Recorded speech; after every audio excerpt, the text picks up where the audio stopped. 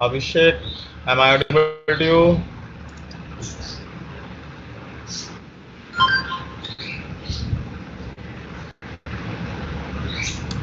Okay, he informed me that he is having some problem in his mic.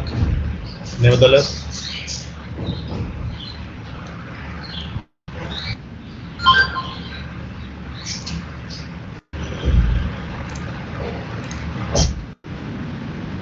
I'm curious, Professor Anish. Are the students joining us? Are they all from civil batch, or is this like an open event where other no, batches can also join? 99.99% students are from civil engineering. One of the student had enrolled from mechanical engineering department. His name was Shubham. I don't see a Shubham in the participants yet.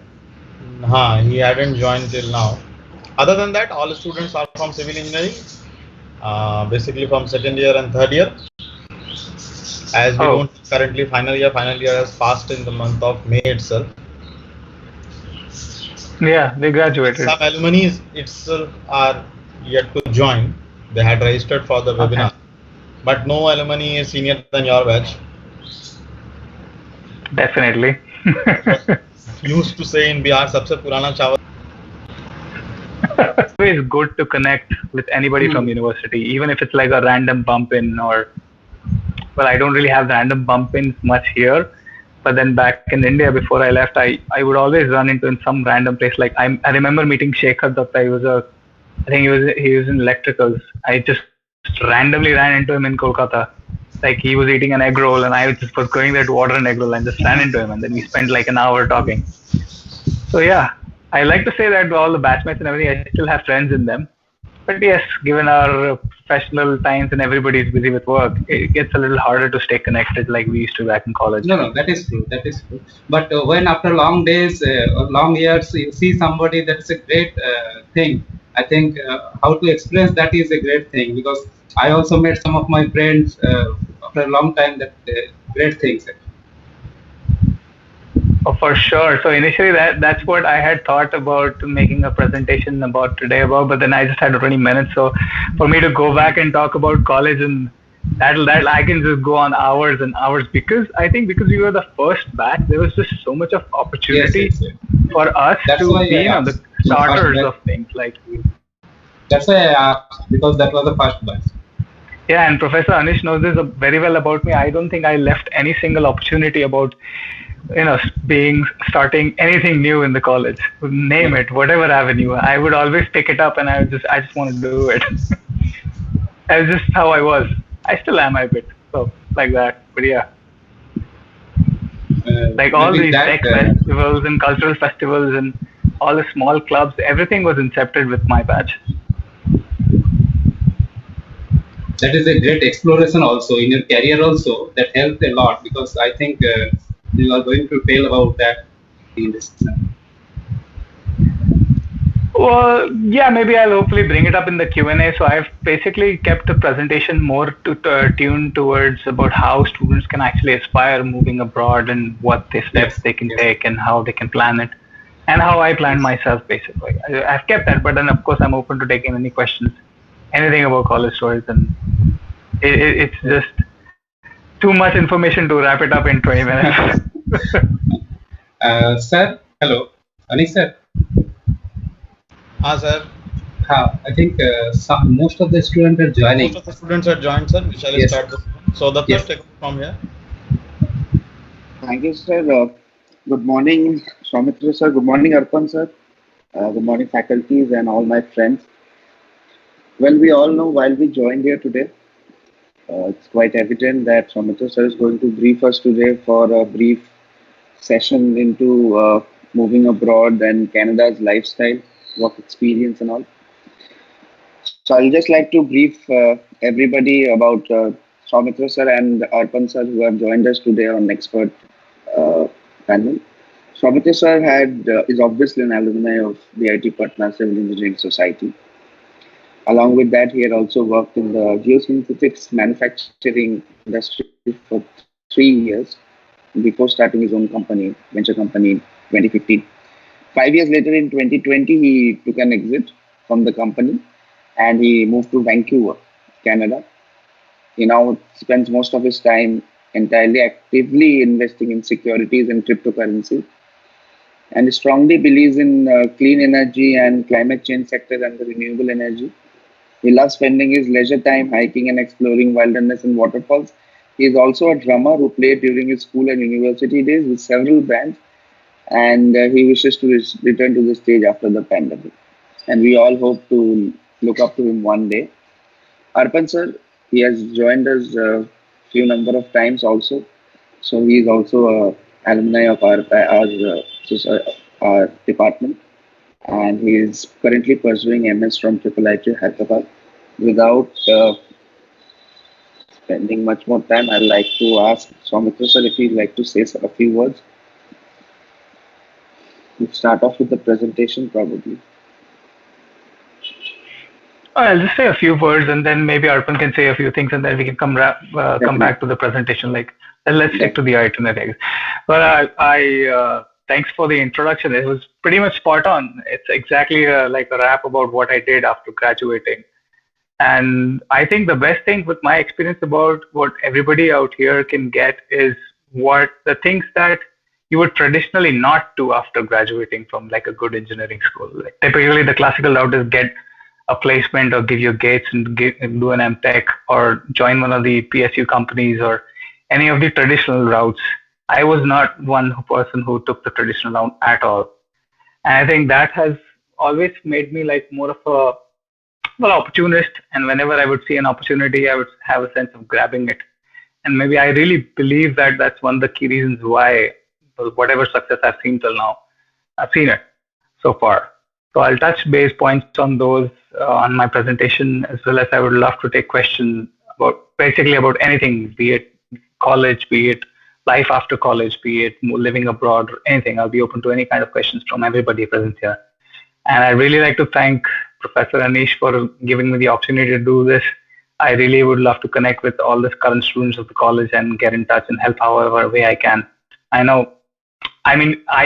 remember myself being in 2011, graduating was a task, finishing college and like, oh, what am I going to do next? I cannot imagine what that must be like during a pandemic. I mean, it's definitely going to be a little harder than what it was for us, no doubt about it. But hopefully things will work out.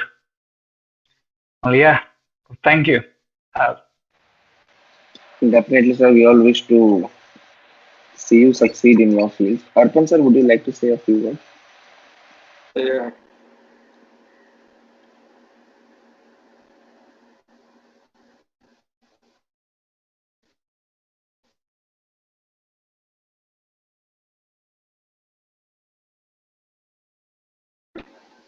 So, first of all, good morning to all.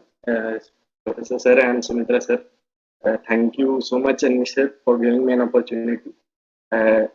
On this day, I will welcome all of you to this particular meeting. And basically, I am here what was my journey, what my professor told us, and during my projects, what I learned, and the placement process, what people other think other than that going with the gate or ESC trend. I would like to discuss that, particularly the higher education stream in abroad, which is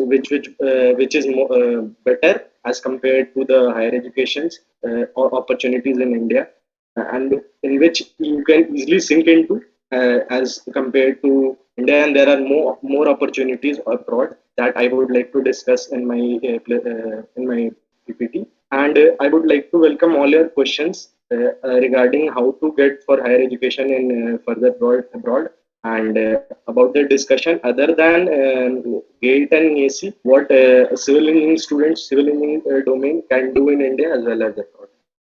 Thank you.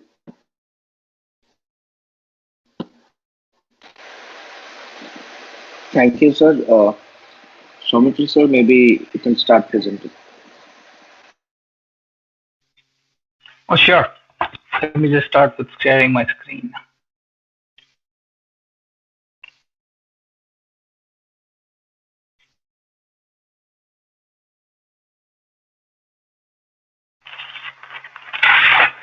Okay, yeah.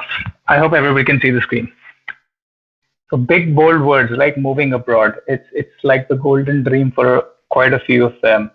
Like life bahar jana hai wala factor. And then there is again a counter argument which a lot of people say like the brain drain of the country. So basically I want to target a few of the sentimental values as well that people do associate with moving abroad. Some are rational, some are irrational. Let's see how much we can cover in this session. So let's just start about, I think anything that anybody would want to do with their life, the first step is always planning. Am I right? Everybody would agree with me.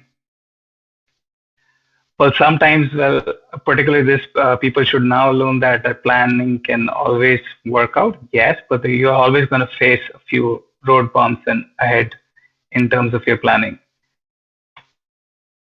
But I think if planning is followed with purpose, no matter what kind of a road bump you hit, you'll always try to be able to find a way to overcome. So identify purpose. What do I mean specifically with it? It's a question about why do you want to move abroad? What is your true purpose? I can give you my example. My true purpose wasn't money. My true purpose wasn't having like a successful career. My true purpose was having a really good quality of life. I mean, I had traveled for work before. I had seen a few countries in the European side, but I always knew, yes, I really enjoy my city. I loved spending time with my friends and everything. But sadly, living in a third world country or anywhere basically in Asia or any of these countries, not alone in India, the quality of life is definitely lower than what you have abroad, especially North America, whether it's the US or Canada, or even UK for that matter. That was my purpose. That's why pretty much all of my planning it was around this concept that I'm doing this to improve the quality of my life. The second part about planning always is about how you need to come up with a few strategies. Well, the best thing that I can advise in this segment is to know your strengths.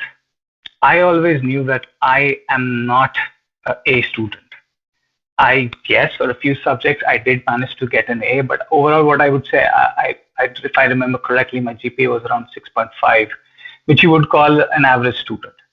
I for sure knew that if I apply to any of the top universities or think about doing an MS in Harvard or anything, they are not going to take me. I knew it for sure. So I always had this mind, if I want to move abroad, that's not the answer for me. And I'll get into specific strategies about like how a student can approach or the other things that you can do, or basically even how I did it. I'll get into the specifics a little later into the project. But key part about this segment is strengths. Every individual has some strength. You might be a genius in technical aspect, you might have some other skills, but the best thing that you can do is know your strength and build a strategy around it.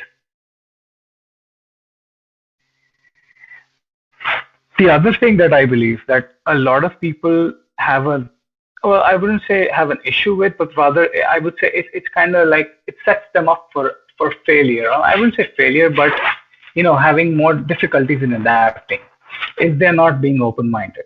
If you're talking about immigration, if you're talking about moving abroad, you're leaving an entire country, the entire life that you knew, and that you're going to a completely new place. But you might have some friends and family, yes, which is not my case. But you have to be open-minded. And what do I mean by open-minded? I'm not talking about cultural aspects or being open-minded about food or anything. Yes, those are important. But what I'm talking about is being open-minded with your career. There's a sentiment that I saw a few amongst my batchmates as well, and I've seen that in the future, a few students that I've come across, that they want to work in a particular domain with a particular designation or a particular company in this particular field. The more you fit yourself into some particular categories like that, it's going to be harder. I'm not saying that it's not possible. Of course, there is that 1% of the population that move abroad, they get exactly what they want. 99% of the people don't. So you really, really need to be open-minded. Like if you believe that you're going to get the ideal job in the particular civil domains, like say, for example, you guys, one of the students, I would say they really love structures. If you're going to think that I am only going to get a structural engineer job, it's not going to work out, because you're going to set, that's a short way of setting yourself up for failure. So the only thing that I would request anybody who's trying to do it is to be open-minded in terms of your career. I mean, you never really know where the wind takes you, but if you're not open-minded, you won't even know where it takes you. I'm kind of going to build on those same lines about being open-minded. Flexibility is always going to be key factor, and flexibility it's not just about career this time. It's also about your comfort zones. Like some people are very comfortable living. I'm sure some of the batchmates who joined in earlier must have had the opportunity to experience hostel life for at least a year or two. I'm sure everybody's back home now, but hopefully before you guys graduate, you'll be able to go back to your living your hostel life. But yeah, everybody has comfort bubbles. You cannot assume that your comfort bubble is going to carry on with you. You got to get out of it. And the sooner that you do it, it's always better. Following on with the same comfort bubble line, it's very important to know what your circumstances are. Circumstances can be, like I said, I was mentioning as I was an average student. That is a circumstance. You might have an average GPA, or you might have a good GPA. You might be one of the toppers of the class. Whatever your circumstances, financially, in terms of family situation, in terms of your personal life, all of the ABCs. In fact, if people would like to be a little bit interactive here, I would request if students can. I'm sure you guys already have a pen and paper, rest of you. I would encourage you guys to just put 1, 2, 3, and given your current circumstance, how financially settled are you? Do you have families and basically like siblings to support back family? All these kinds of things that you can think of, your entire circumstance. Just write them down. And we're going to use this, whatever things that you write down, I'm going to give you 4 specific situations about how you can achieve this stuff. Right?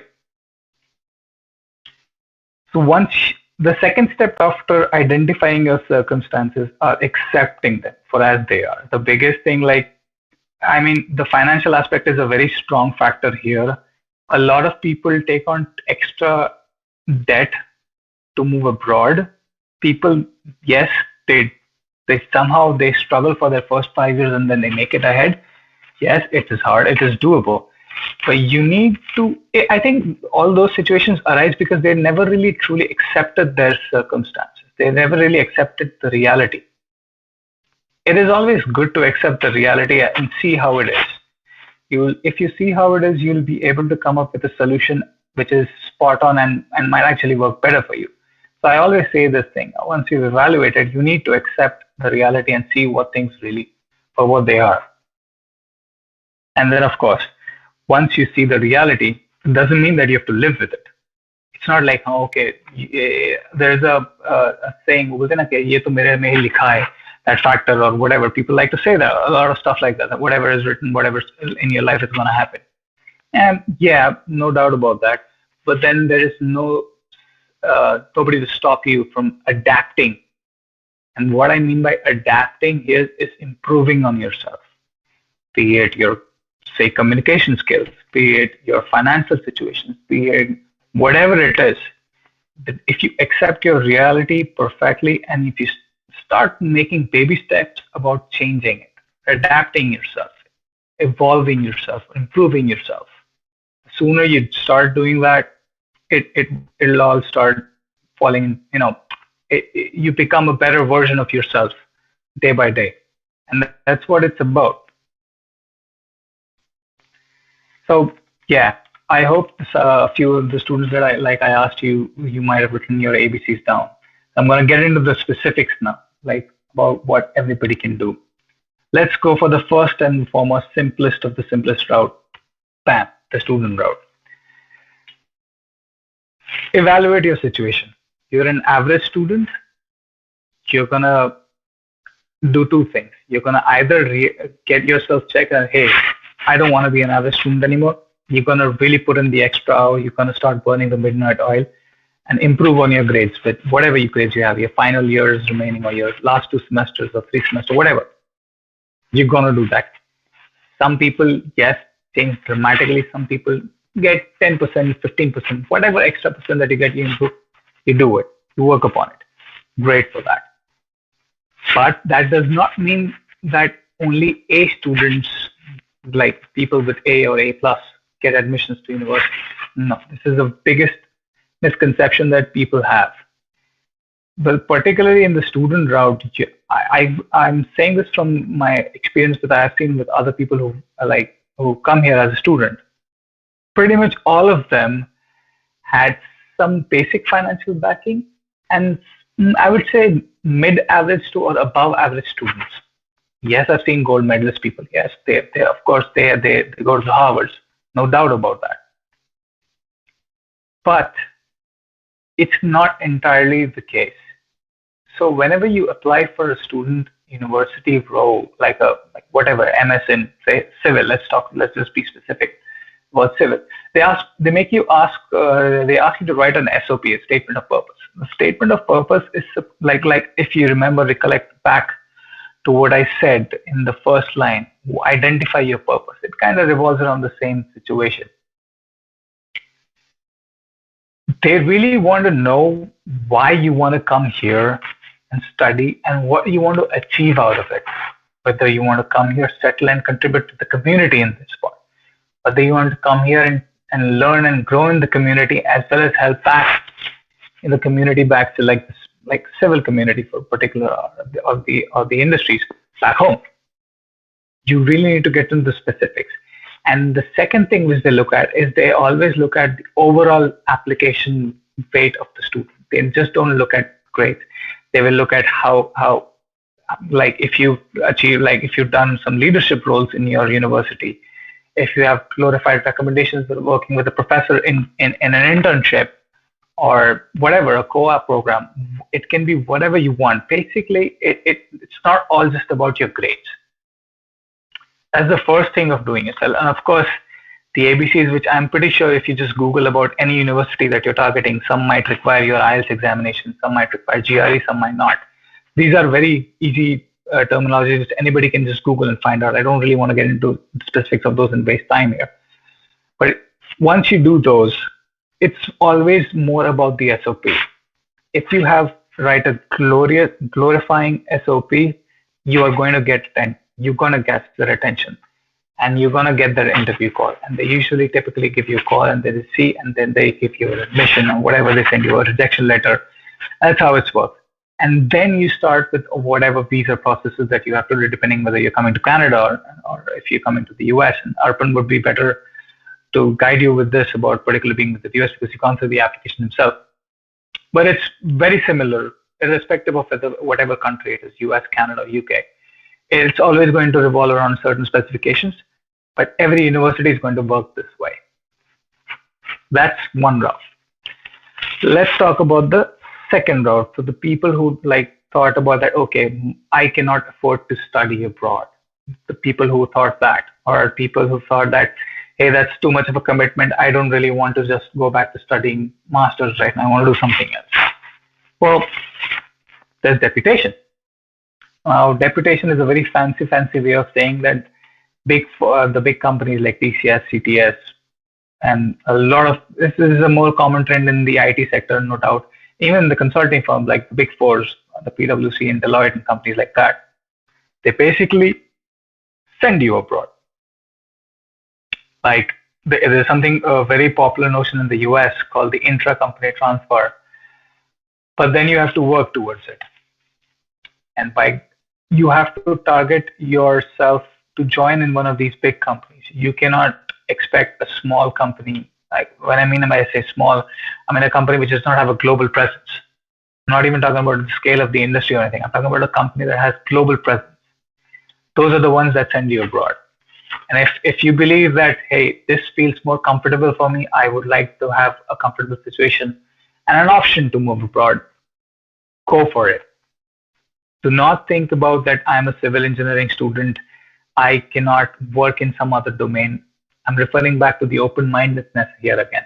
For example, a lot of I don't know about the current situation about the training and placement, but then it is a common trend even back then, which we saw IT companies would come in and recruit in bulks. That's mass recruiting. That's always been the trend of India. So if you're open-minded, deputation can be an option for you. I know a lot of people who, like in particular within TCS, who they got hired, they worked there for like 4 years or something. They developed a particular niche, and then they're all deputed to the clients, and they slowly started their lives abroad. And whatever permanent ways of solution of living in country, that's a whole different ordeal. First thing steps is to get there. Deputation can be your thing. Now coming to the third thing where I can personally say, which I did, is very specific to Canada. Now, I think after graduation, I would say after graduation, so when I was in third year, I had the opportunity of doing an internship where I'm sure the campuses were very ready, but AIIMS, the medical college, was building a campus in Patna. And thanks to my friend, I got an internship opportunity there. And I was an intern with them for almost 6 months. I didn't do a lot of work, but whatever work I did was pretty much always in the field. I got exposed to pretty much every set, like how the contractors would work, how the structural engineers would come and inspect the site, how a site engineer would daily relay the project management situations. I saw everything. It was amazing. It was absolutely enormous of a large, like a project of a very large scale. It was very well executed, but it was not for me. I had one of the best clarity moments in my life during my internship. This is not my cup of tea. And that was okay. I clearly knew that I wouldn't like, I wasn't meant to work as a proper core civil engineer. And I wouldn't say meant, but it wouldn't be a domain where I would succeed, or I would rather, dare I say, happy. I was very clear about that. So, but I also did not want to just go and do the whole, like the deputation thing. I just didn't want to join a company like TCS and just get lost in the corporate jungle. I always had a knack towards learning new things and learning new opportunities, as well as taking up, tasks by myself in terms of leadership. I think there was a bit of personality trait as well in me. So I actually opted out of the whole training and placement program. I spoke to my then TNPC, I believe his name is Baz. I don't know if he's there right now. But I spoke to him. Then I was like, hey, the companies that are coming here, they're not really for me. So like, that's okay. You can always choose to, opt out of placements, which I did. So I just graduated and I just went back home. The city where I grew up there and did all my schooling. And I think it took me three months to find a job that was somewhat closer to my line, but it involved in a lot of different things. Was working with a manufacturer of geosynthetics industry. Like, I don't want to get into the specifics of it, but all of this helped me to gain some work experience, is what I'm saying. And I wouldn't say luck, but the Canadian immigration program, they started coming up with a new way where skilled immigrants would be able to come here and directly through get a permanent residency. You don't have to worry about any kind of it's just the next best thing to a citizenship. That's the Express Entry program. So when I heard about it, I'm like, hey, I have the experience. What other things do I lack? I needed to give some exams for English, proving the IELTS examination. And I needed to get my education evaluated, basically send the transcripts and everything and to validate that you are a graduate and you hold an engineering degree, stuff like that. These are all things that were doable for me. Immediately, I knew that this is my way to move abroad. Actually, the time when I came across to Express Entry, I had already left Veer Plastics, the company that I work for. And I had already started my own company with a few of my partners. And it was the year 2018, if I remember particularly, when I learned about Express. I just randomly bumped into a seminar, and they happened to have an immigration seminar as well. and I just learned, and I immediately knew that was in. And with a lot of patience, because even the documentation process was very gruesome. You have to go through a lot of like verification process and everything. It's a pretty detailed, specific. You can Google about it, and there are tons of resources on YouTube about it as well. But that was my route, and I successfully immigrated here in 2020 through the express entry. So people who don't, for the first, my point of saying this was, if you're not somebody who cannot think about student, somebody who doesn't want to work in like a company like TCS or Cognizant, there was a third option, the express entry. You can gain your work experiences, you gain your engineering graduates or master's graduates, whatever you want to do, and then you can move abroad using these certain skills. And the fourth thing is the entrepreneurship or the investor category. Well, this is, I think this will be like the 1%, or maybe none of you might be able to relate to this, because this is a very, I would say, very niche way to immigrate. Well, but I do know a few people who have done it, even from India. They just have the capital. The progress is simple. You have a capital to run your business. You tell the government that you're going to create a company there, and you're going to create an opportunity to employ. Like there are certain rules. Like I think for the US it's specifically 10, and there is a capital requirement. You just apply through it, and I think this is one of the fastest ways as well as to get your permanent like status here. Like you come here, you build a business, you employ people, they'll let you stay here forever as the investor or an entrepreneurship category. But I don't really think that's going to be the way to go for any of you guys yet, because I would always advise to target the first three to anybody who's still in college or graduating. Unless, hey, like you have an amazing startup idea, go for it. I always say that, when you're in your education days or universities, you have the most creative minds and you have the most creative ideas. When you're like 10 years later out in the work, pretty much all, you start valuing other things than just, like you have that sense of achieving a dream. So if you have that, look them up. I encourage it. But giving out the specifics parts, I also want to leave a few bonus tips, like a few of the extra tips, which are nothing to do with immigration as such. Nerves.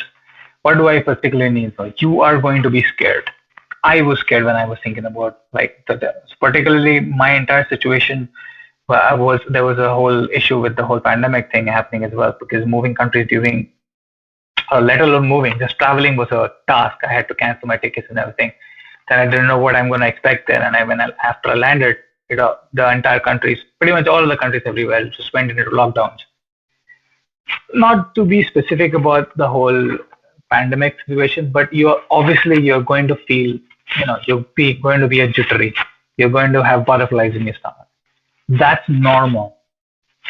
That's absolutely normal. There is not a single person who has ever moved abroad, or let alone moved to even cities, without doubting yourself. Like, hey, what if everything goes?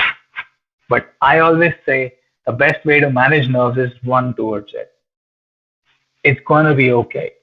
You face a situation, you just take a 3 breaths or whatever works for you, and just tackle it head on and see what is the best way you can do. So manage your nerves. Do not believe that everything is going to, go perfectly. That does not happen. There is no ideal situation in the world. Best thing to do is manage your nerves. You are going to have self-doubt. You are going to be, you're going to feel homesick. You're going to miss your comfort zone. Just figure out a way that when I feel these things, how am I going to manage it? The best thing that I would suggest anybody who's moving abroad or planning to move abroad is start working on your persona. And by persona, I just don't mean by just the way you look or anything. It is everything. It is your body language. It is your communication skills, the way you speak, your accent, your English skills, your wardrobe selection, everything. there's a factor, at least I would say there's a 60 to 70% factor about reinventing yourself when you're moving abroad. And some people are going to say like, hey, I've dealt with the person case, but saying like, hey, you've changed so much like over the last 2 years. Yeah, I did. I wanted to change, and glad I am. I'm really glad that I changed, because you have to manage your persona. That's what I mean. You are going to you're going to always find that one person who's going to find you like, you're being too cocky, you're fake or whatever. Let them think that. That's okay. But until you're not going to manage your personality or adapt to the ways of the Western world is, you're not going to fill in. You're not going to be able to make friends. And that's going to give you more nerves. It's going to make you more homesick. So better start working on the personality changes that you need to implement from now. And the best way to even learn about their culture is there's so many resources now, big thanks to the internet. There's so much TV series on Netflix. You can just stream a few things. Like The Office is a very good TV series on Netflix, which I'm not sure if it's available in India or not, but I'm sure you can find other ways in India. It's quite flexible there. But look all these, like when you see these TV series, look at them like not just for entertainment purposes, but from a learning perspective. How they talk to each other, what their attitude is towards work, towards social life, towards culture, towards everything. Start working on your personality. I think the last point, which I'm going to really, really stress upon here, is you need to learn money management. Irrespective of how old you are or what kind of a background you're coming from, whether you're coming from middle income, low income, or high income, the Western world works completely different. There is a well-established credit system here. You need to know how to manage your credit. If you are a person who only lives on debit, you're never going to succeed in this country. The ways of money are absolutely different. We are so used to in India, like doing FDs and stuff. If you look at the interest rate here, it's just 2%. You're gonna lose money from the first day. You have to create very strategic budgets. You have to create very strategic meal plans. Like, I'm going to spend this much money on food, this much money on traveling, how I'm going to spend it, using which bank's credit cards. My point of saying all this is you really need to put your research and you need to actively manage your money, which I think is a golden thing for anybody, irrespective of whether they're moving abroad or not. But if you do plan to, you need to start implementing that discipline from now, because it's a hard thing to do. And particularly if you're like 21-year-olds who are coming here to do your master's, your first week, you are going to be flabbergasted. You are going to see so many new things and you are going to want to splurge. You are going to get into company where people are throwing like hundreds of dollars in booths and having parties. You cannot do that. Or if you can do, very good, but you always need to manage your money. And better start doing it from now, because it's going to help you ahead. I think these are the 3 bonus tips that I wanted to give. And yeah, pretty much that's it. That's what I wanted to say, and I wanted to wish everybody good luck. And I'll definitely take questions from you guys about anything, whether it is related to this topic or whether it is anything in general for abroad or culture, anything at all. Thank you.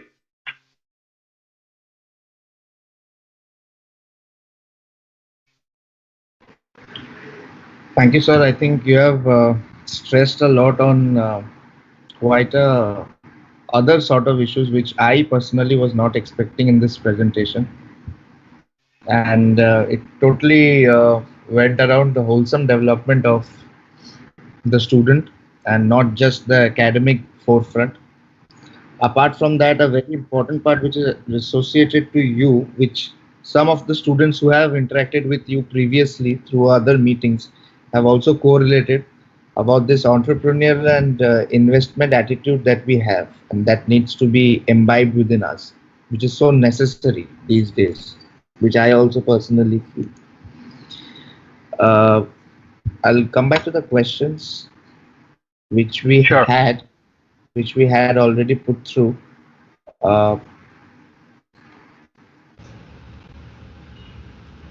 I think even Arpan wanted to say something. Let's finish Arpan's presentation and then maybe we can take the questions together, because I'm sure a few questions might be directed or specific to the US, and Arpan might be able to answer that better than me. Arpan sir?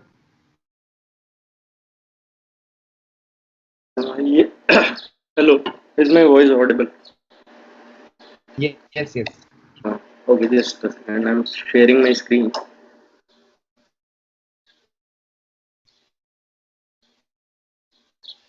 Is my screen visible to all? Yeah, Hello. It's So we'll discuss about the placements in which BIT will help you in the opportunities uh, in which BIT is there for you all, and you can explore being itself in the college. First of all, I like to talk about the introduction in this. What all of you observe in this given picture, there is only a gate through which the ships, herds of ships are coming out. No fences there. Still, everybody is trying to come out through particular gate. The same thing is with our gate and ESC issue. So when we start, what I felt during my 4 years of BTech, when I came to civil, the opportunities which were given to us was about thinking about the gate to score to score how to score good marks in gate or how to qualify ESC. But the success ratio which you will see was a very little. Like in our seniors also, some of them used to score, and while a few of them used to qualify for gate. So there is a trap of thinking there are other opportunities also, and students which are good at other things, they still start thinking as the other students, like they start thinking for the gate itself. So first of all, I'll talk about the campus placement and will tell you that the alumni which were placed from BIT Patna itself. It's the company which has been mentioned here are basically from the nearby batches only, like the who are passed out from 2017, 18, or 19 or 20. The first was the Prince Johnson Limited, in which I was only placed from BIT Patna, and it was the first company which visited BIT Mesra as a core company there. And the experience which I faced during the interview, I would like to share. Like when I used to sit in the classes of RCC, or whether it was construction technology, the same questions were repeated during the interview. So a very small thing I would like to suggest you all is like to try to listen to the professors and what they try to teach in the classes. It will help you a lot, because no specific thing which I had prepared especially for this interview. But fortunately, all the questions which they asked me during the interview was from the course itself, which I used to listen in the classes, and which the professor used to explain the small things. The other companies in which your seniors has been placed were Samantha, Sharpoji Polonji, HDFC Bank. These were the core in which in the past 2-3 years the students have been placed from BIT itself. And other than from core sector, there are many companies in which your seniors are placed and still they are working, like Byju's, Vedanta, Doubtnut, IPAC are the political organizations in which your seniors. I would like to suggest other companies also, like the Wipro or Cognizant, in which you can also try your try and see whether you get into through that according to your interest. This was the offer letter which I got at that particular time from Prism, uh, and I was given a post of executive engineer trainee at that particular time. Higher studies means for higher study, basically you have to give two main exams if you want to settle down in US. First is the GRE and TOEFL. About GRE, I would like to tell you all that it is, which I felt like it is very much easier in compared to the efforts which you will provide in GATE. I hardly prepared for around 2.5 months, and I appeared for GRE, and it was quite good that I was quite good, lucky that I scored about 300 plus score in GRE, and it comprises of basically three sections of the verbal reasoning, the quants, and the analytical. Verbal requires a little more, much more effort, and I assure you that the quant section, in quant section, most of you will be able to get in 170. You will most of you will score a very good score there. only the hinder is will lie with the verbal reasoning, and most of you can succeed over there also. And in TOEFL, it's about 120, and the basic speaking English can also give help you to get good marks there. The various universities which I applied, and in US which they are popular for, especially Masters in Engineering Management course or the MS courses, where the Northwestern University and the Duke, these two universities are included in the EV League of colleges in the world also. The other in which I applied was the Purdue, Northeastern, Colorado School of Mines, UT, and there are more list. I can add up to a few of colleges, but it's up to you. Just you have to explore that. Other than GATE, and you will be quite surprised to know that they rank under 100 in the whole world according to US world ranking universities. And right now are one of the prestigious university, IIC Bangalore, has only been ranked under 100 in the whole world in QS world ranking. None of the You will be always surprised to know that none of the IITs also rank and are ranked under 100 in the world ranking. Other than GRE score, which you all will be needing, which is a very crucial part of your admission process, one is the letter of recommendations. At least generally there are 3 recommendations which are required, and it plays a very significant role in your admission. These 3 letter of recommendations are generally filled by the professor who have taught you. In this particular thing, I would like to suggest you all that when I started my GRE preparation, I still remember the day I went to Anshuman Mandal, Professor Anshuman Mandal, and said, "Sir, I wanted to work for my GRE because they see what other than academics you have done." Whether it was Professor Anshuman Mandal or any Professor Anish, they will always help you and welcome you to do the projects other than your academic friends also. They will and I assured you that it will surely enhance in your resume, and it will always add up to your resume, and you will get benefits from it. I have got benefits from them, and you all will. So whether it is your final year project or whether you have to work from right now itself, whether it's third year or second year, you should work separately something or some particular projects with professors. And the second is the statement of purpose. It is very important, as highlighted by Soumitra sir also. In that particular statement of purpose, you have to tell why the university should select you, what you have the extra thing in you that the university will particularly select you, and your interest towards the particular university or the particular course. These were the I am putting just the 2 offer letters which I had been offered during my 2019. One was the NEU, and the other I have put of Colorado School of Mines. So this is all from my side. Anything you will all like to ask, I'll like to answer your questions. I'll try to answer your questions.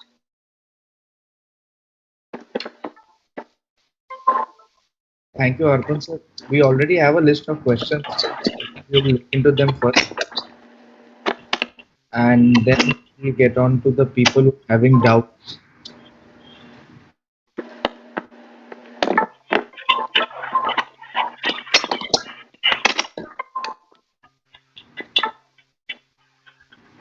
So the first question we have is for Arpan sir here, that as a civil and mechanical engineer, what must we do in the final years to increase their employability in the core engineering sector?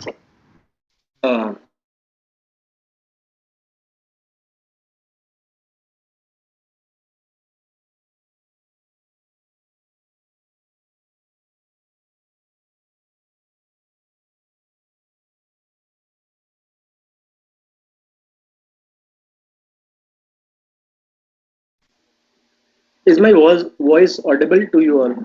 No, I don't think so, sir. Okay, sorry. Is it now audible right now? Yeah. So Abhishek, I would like to address this question as there are plenty of options like whether the company will visit Mesra or not, but it will visit whether the companies will visit BIT Patna or not, but it will visit Mesra. BIT Mesra companies will come, and there will be an opportunity in which you will all will be allowed to visit there, and you will be allowed to sit for the placements. It's up to you. It's up to you and all other students that how they perform in the placement rounds and how they perform in the written test.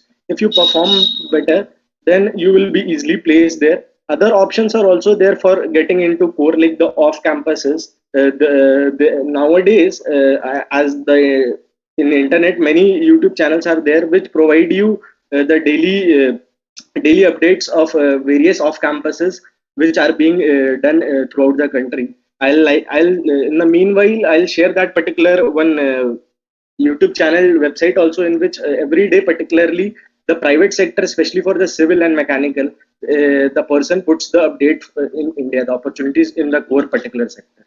I'll share that particular thing, but I like to add upon this, Abhishek, that you all will be getting special opportunities, equal opportunities as BIT Mesra to go there and grab an opportunity.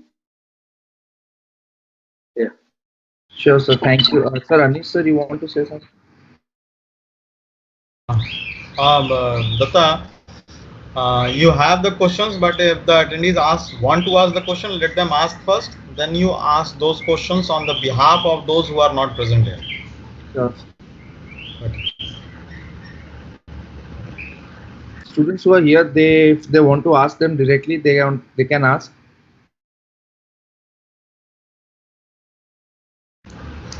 In order to ask the question, the attendees haven't been provided with the mic.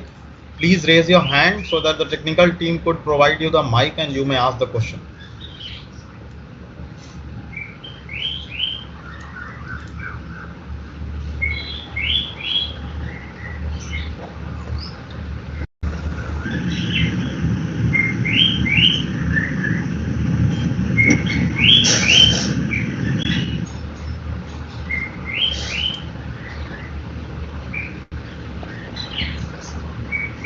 So maybe I'll start with my question. Which I have from that how do you, what do you think the difference of the startup environment is of India? How is it different from India as compared to Canada? Oh, interesting. Like startups, do you particularly want to be in the civil domain or do you want general? General, sir, general, any day. The biggest difference of the factor is the way investments are done. One key thing about ever having a startup or about having an idea, I mean, of course, the ABCs, like you have an idea, you worked on the prototype, you have done all of that. You've made a business plan. You know how you're going to make this product or get it to market. You've done all of your planning. That is common everywhere. But the biggest difference between, let's say, US or Canada or UK and India is the way capital is raised and the way you approach a VC. It is significantly different. The VCs out here have a very cutthroat and a very competitive outlook, and they use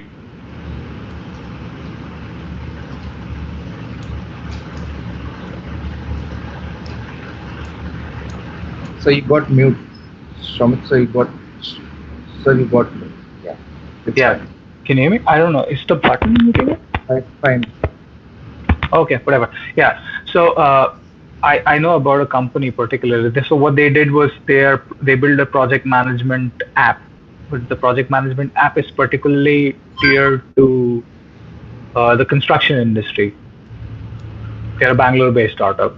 Of course, I'm going to say this, in India, the startup scene is much more bigger in Bangalore than anywhere else. I would always recommend somebody to maybe not relocate, but at least keep their focus about raising their capital from there, because that's where all the VCs are. The biggest, I wouldn't say the biggest, but the smartest thing that any startup can do, whether it's the founding core team or whether somebody who is playing as the role of a CEO, is to know where your money is at. There are going to be different types of investors. Like there are angel investors, there are VCs, there are companies that particularly invest in certain sectors. Like you need, like for example, ARK, they only invest in companies like Tesla and like innovative tech. There are certain funds that invest in a particular sector. First, go and find which sector do you belong to, which type of investment companies that will invest, and then find out where they are. That's the biggest thing. And the most important is the approach. If you're approaching for North America, you have to show them how you're going to succeed in their market. How are you going to make use of their returns? So the biggest thing right now, I would say for the next 5 years, so the market always changes, right? The biggest risk for the next 5 years is inflation here in North America. And it's a very hot topic because every companies that have like minor debt or heavily invested, they have to manage their cash, and that's going to be even worse when in India, because if a fund based out in the US is investing in a company in India, they want to make back their money back in dollars. They don't care about Indian rupees. They don't. If you've made 1 lakh rupees of profit today, and if you make 1 lakh profit 5 years later, if you bring it back to the US dollar, it's going to be worth nothing. So you have to keep that in mind. It's one of the biggest things. So you have to stay extremely current. The startup world of North America is way more current than the average startup scene in India. Bangalore is definitely leading than anywhere else, but I do tend to see a bit lag in terms of being updated, in terms of how to raise funds. And I say the best resource for any inspiring entrepreneur out there, it's been the same resource for the last 10 years. I've also used them, is Y Combinator. Does anybody know about Y Combinator? If they know, they can raise their hands. Nobody did, so I'm assuming you guys haven't heard of it. But Y Combinator constantly puts out resources about what kind of companies they want to invest, how they want to invest, and what they look in the founders team. It's a great resource. Just go Google Y Combinator and see whatever they have posted out in the last 6 months or so. Thank you, sir. Pretty much So, addressed. so let me ask a question. Yes. So, Soumitra, if anyone Yes, sir. wants to move to any abroad country, how he or she should handle his money, or how he or she should carry the money? It's a very unique question. For example, I'm going to randomly pick out somebody I'm going to make this a bit more interactive. I know the students can become a bit dull. I was in your position as well, and I would never interact with the professor. I'm just chilling. It's a Sunday morning, right? But let's go. If Faranish, are you comfortable with me picking random people up and just engaging with them? So. Okay, let's just say eeny, miny, miny, mo. Let's do MD Sujat. Are you there? I'm sorry, that's the. I provided him with the mic Great. and the camera. So Sujat, Mohammad Sujat. I hope he's there. He must Oh, be I there. see a few people leaving. Did I scare them out? That's okay. Okay, I'll ask the question in general then. The basic question I wanted to ask: what was the last, like whatever? It can be a meal that you purchased, or it can be a cup of coffee. How did you pay using? How did you pay? Did you pay by cash? What was the mode of payment method?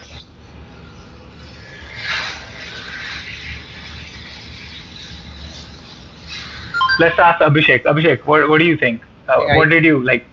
I use online transactions. No, I'm not asking on the mode of transaction. Of course, I know you paid online, but what was the way? Was it a debit card? Was it UPI? What did you use? It was a UPI. So you used your debit. That's the biggest mistake that anybody can do out here. The world out here works in credit. From day one, even if you have $1 million in your bank account, if you go out to buying a car, they're going to first look at your credit history. and they're going to see that, oh my god, you don't have any credit history, your credit score is like 200. They're not going to sell you a car. The only option that you might have, like, hey, I'm paying out all in cash, here's the cash, they still might say no, because they might think that, oh, where is this cash coming from? We'll never be able to verify $35,000 or whatever the X amount of cars worth. I don't know, he's just coming in buying a huge chunk of cash. Maybe one or two dealers might just say, oh yeah, I don't care, just come and give me the cash. But majority of the good ones, they're going to say no. Credit is the way to go. Get yourself a credit card. जो कि India में I would say that they say it opposite. Everybody is afraid of credit. Everybody is afraid of loans. भैया आप कैसे चुकाएंगे वाला factor. That is the biggest mistake, and that is one of the key reasons why our economy is lagging behind. Is you need to start managing your credit. That is what I meant by managing your money. There are so many students who come here. They're given an opportunity to get a $500 credit card. They say no. And then they realize 6 months later, oh shit, I should have taken it. And then they go back and the bank says, like, it's already been 6 months. Now we'll have to check your credit score, what you've done for the last 6 months. And then they decline your credit card application. And then you bottom down again, and then you really don't know what to do. Start learning how to use your credit cards. It's the most important thing. And next question from you itself. How much at least money should be in the pocket to land in Canada? But it depends upon what status are you coming at. Are you coming in as student? I would definitely say that your fees needs to be secure.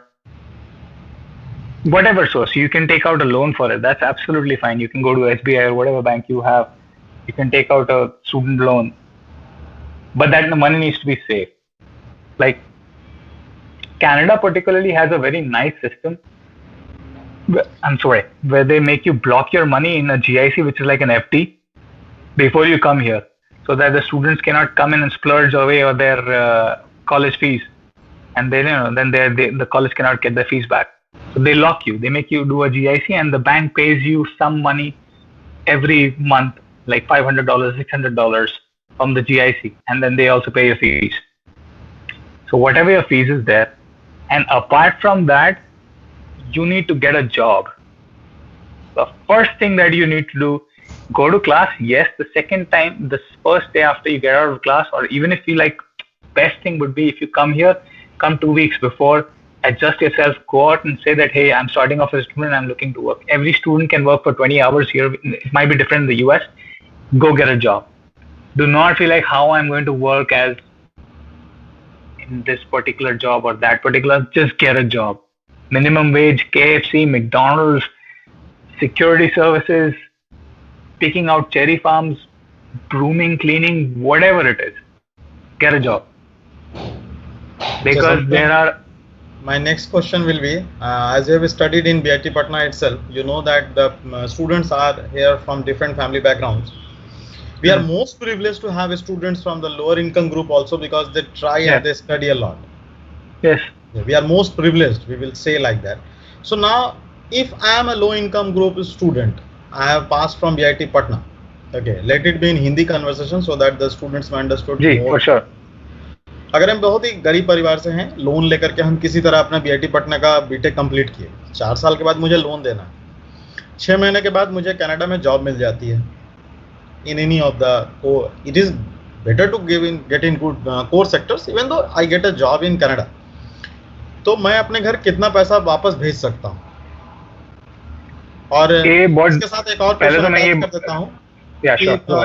मुझे यहाँ job मिल रहा है India में, और Canada में भी job मिल रहा है, and I am little bit confused कि मुझे कनाडा मूव ऑन करना चाहिए कि नहीं करना चाहिए. Are you able to listen? या हाँ, तो मुझे कनाडा मूव ऑन करना चाहिए कि नहीं करना चाहिए, बहुत बड़ा कंफ्यूजन होता है, क्योंकि मैक्सिमम जो ये इनकम ग्रुप है या स्टूडेंट्स का जो मेंटल लेवल है, उसमें लोगों को लगता है कि अगर कहीं हम वहाँ गए और मेरा वीजा या पासपोर्ट रोक लिया तो हम वहाँ से नहीं आ पाए, तो जो पर्सपेक्टिव इंडिया में मैक्सिमम ग्रुप्स में है जो नहीं जानते. So what you will suggest that how much money I could return back to my home, and should I join or not there? So basically it's a 3-part question. तीन part है, मैं इसको split करूंगा. I'm sorry, मेरी हिंदी कभी कभार मैं थोड़ा अजीब बोलने लगता हूँ, बट it works. So तीसरा पार्ट से मैं पहले शुरू करूंगा. The one you said about कि मेरा वीजा स्टेटस क्या हो सकता है. तो अगर आपका वीजा स्टेटस में कुछ प्रॉब्लम आएगा तो मतलब आपके जो जॉब ऑफर आई है वो फेक है. कहीं ना कहीं से कोई स्कैम में आप फंसे हो.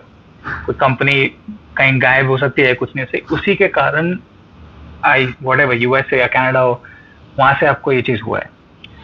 सेकेंड चीज, डेफिनेटली आपको जॉब यहाँ पे लेनी चाहिए, कुछ भी हो जाए. मैं बोलता हूँ जो लोन है आपका घर पे मॉर्गेज है, घर मतलब घर का लोन है, ये है 50,000 चीजें हैं आपकी, बहुत सारी प्रॉब्लम्स है. एवरेज सैलरी जो स्टार्ट कर रहे हो इंडिया में अभी का, तो आई एम श्योर वो 45,000 50,000 होगा शायद. वो भी मैं शायद बढ़ा के बोल रहा हूँ. आई एम नॉट श्योर कि क्या कंपनी में भी क्या करंट चल रहा है, बट मान लेते हैं सिंपलिस्टिक सिचुएशन के लिए कि 50,000 है. अगर 50,000 रुपए को आज के करंट रेट पे अगर करते हैं, दैट मीन्स $800.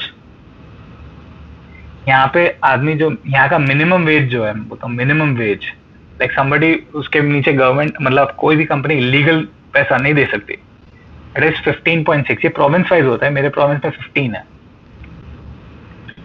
तो $850 जो हुए 50,000, उसको अगर मिनिमम वेज से मैं डिवाइड करता हूँ, दैट कम्स टू 52 आवर्स. एक हफ्ते में तुम आराम से 50 आवर्स काम कर सकते हो. Like the ideal time is 40 hours, let's call it 1.5 weeks. तो तुम महीने का सैलरी यहाँ पे हफ्ते में कमा रहे हो. यस, एक्सपेंसेस होते हैं यहाँ पे, बट अगर तुम अपना पैसे को सही तरीके से मैनेज करोगे, रईसी में नहीं रहोगे. I am sorry to use the language, but then it is the fact. If you don't splurge, मतलब मेरा ये कहने का है, शांति से एक छोटे शेयर्ड अकोमोडेशन में रह रहे हो, ज्यादा बाहर नहीं खा रहे हो, खुद का खाना खुद बना रहे हो, तो जो तुम इंडिया की पूरी सैलरी हो, तुम्हारी 50,000 की जो सैलरी होती, वही सेम अमाउंट तुम इंडिया भेज सकोगे हर महीने, और ये मिनिमम वेज में. ठीक है. अब पहली चीज, ये आपको जॉब मिलने की चांसेस बहुत कम है. आई एम नॉट डीमोटिवेटिंग, मैं डीमोटिवेट नहीं कर रहा सारा, बहुत कम है, क्योंकि इसके बहुत रिस्ट्रिक्शंस बहुत होते हैं. यहाँ पे कंपनी को किसी भी मतलब पर्सन को जॉब देने के लिए, बाहर के पर्सन को मतलब कंट्री में लाने के लिए, एक चीज होता है LMIA बोल के, लेबर मार्केट इम्पैक्ट असेसमेंट कराना पड़ता है. उसमें बेसिकली कंपनी को ये प्रूव करना होता है कि मेरे पूरे कंट्री में, लाइक कनाडा में, क्वालिफाइड बंदा नहीं मिला, इसलिए मैं ये बंदे को यहाँ से बुला रहा हूँ. होता है ये चीज, मैं नहीं कह रहा ऐसा नहीं होता है, बहुत rare chances. And fresh out of college 1 year experience नहीं होता, मैं तो देखा नहीं होता. So they are coming back to, if you are want to do this, कोई अपना एक्सपर्टीज बनाओ. कोई भी कंपनी में जा रहे हो, कोई भी फील्ड में जा रहे हो, सिविल हो या नॉन सिविल हो, एक्सपर्टीज एक अलग चीज होती है. ये काम सिर्फ और सिर्फ अभिषेक कर सकता है, या मैं कर सकता हूँ, या अर्पण कर सकता है.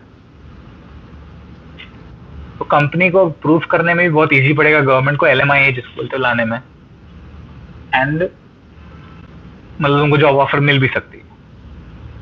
ये थोड़ा इंडस्ट्री स्पेसिफिक भी होता है. फॉर एग्जांपल नर्सेस को बहुत अपॉर्चुनिटी मिल जाती है, कुक्स को बहुत अपॉर्चुनिटी मिल जाती है, इंजीनियर्स को उतनी इजीली अपॉर्चुनिटी नहीं मिलती है. It's very hard fact. But यहाँ पे से मतलब फॉर एग्जांपल एनी ऑफ जो पढ़ाई कर रहे, like Arpan mention, like any of the universities in India जो वैलिडिटी उसकी ग्रेजुएशन को मानते हैं, यस इंजीनियरिंग डिग्री है, बट आप प्रैक्टिस नहीं कर सकते यहाँ पे. So there is basically the difference between the knowledge and the skill. What you are trying to say that you have to improve your skill. Knowledge तो BTech में सारे सब्जेक्ट्स में, लेकिन किसी एक फील्ड में अपने स्किल को डेवलप करना है, जो स्किल को शो करके आप ज्वाइन करा सकें, आ सकें या एम्प्लॉयबिलिटी पा सकें. yes, और पर्टिकुलरली अगर सिविल के लाइन में ही मैं कहूंगा तो सिविल में ये चीज ज्यादा मुश्किल इसीलिए है क्योंकि बोथ US एंड कनाडा में ये रेगुलेटेड इंडस्ट्री है. आप कोई भी प्रोविंस में, मैं जिस प्रोविंस में रहता हूँ BC में कहूँ तो आपको यहाँ से एक लाइसेंस लेना पड़ेगा. वो लाइसेंस के लिए पहले क्वालिफाई करना पड़ेगा. तो लाइसेंस क्वालिफिकेशन के इंडिया के एग्जामिनेशन जो दे रहे हैं हम, उसको ही वो लोग चैलेंज करते हैं. इसलिए तुमसे एक एग्जाम होता है यहाँ पे FE करके, फाउंडेशनल इंजीनियरिंग एग्जामिनेशन होता है, वो तुमको देना पड़ेगा.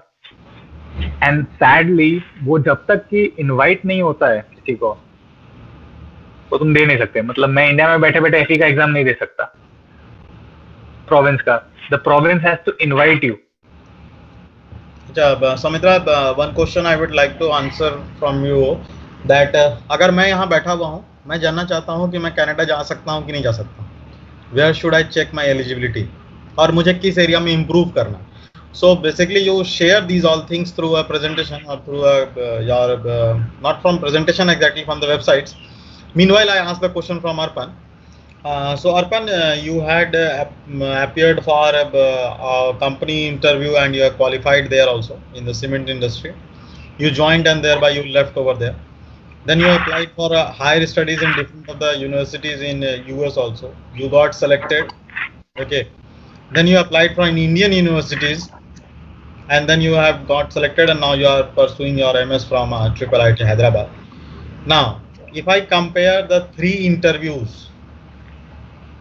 then what or how we should prepare for those interviews, what are being asked by the interviewers, and on what sectors or on what things we have to play an important role or we have to pay our attention while we are in our undergraduate studies. Okay, got it? 3 interview तुम किए हो, तीनों interview में हमको ये जानना है कि हम किन सेक्टर्स पर अंडर ग्रेजुएट में काम कर सकते हैं जिससे इंटरव्यू क्रैक करना मेरे लिए आसान हो।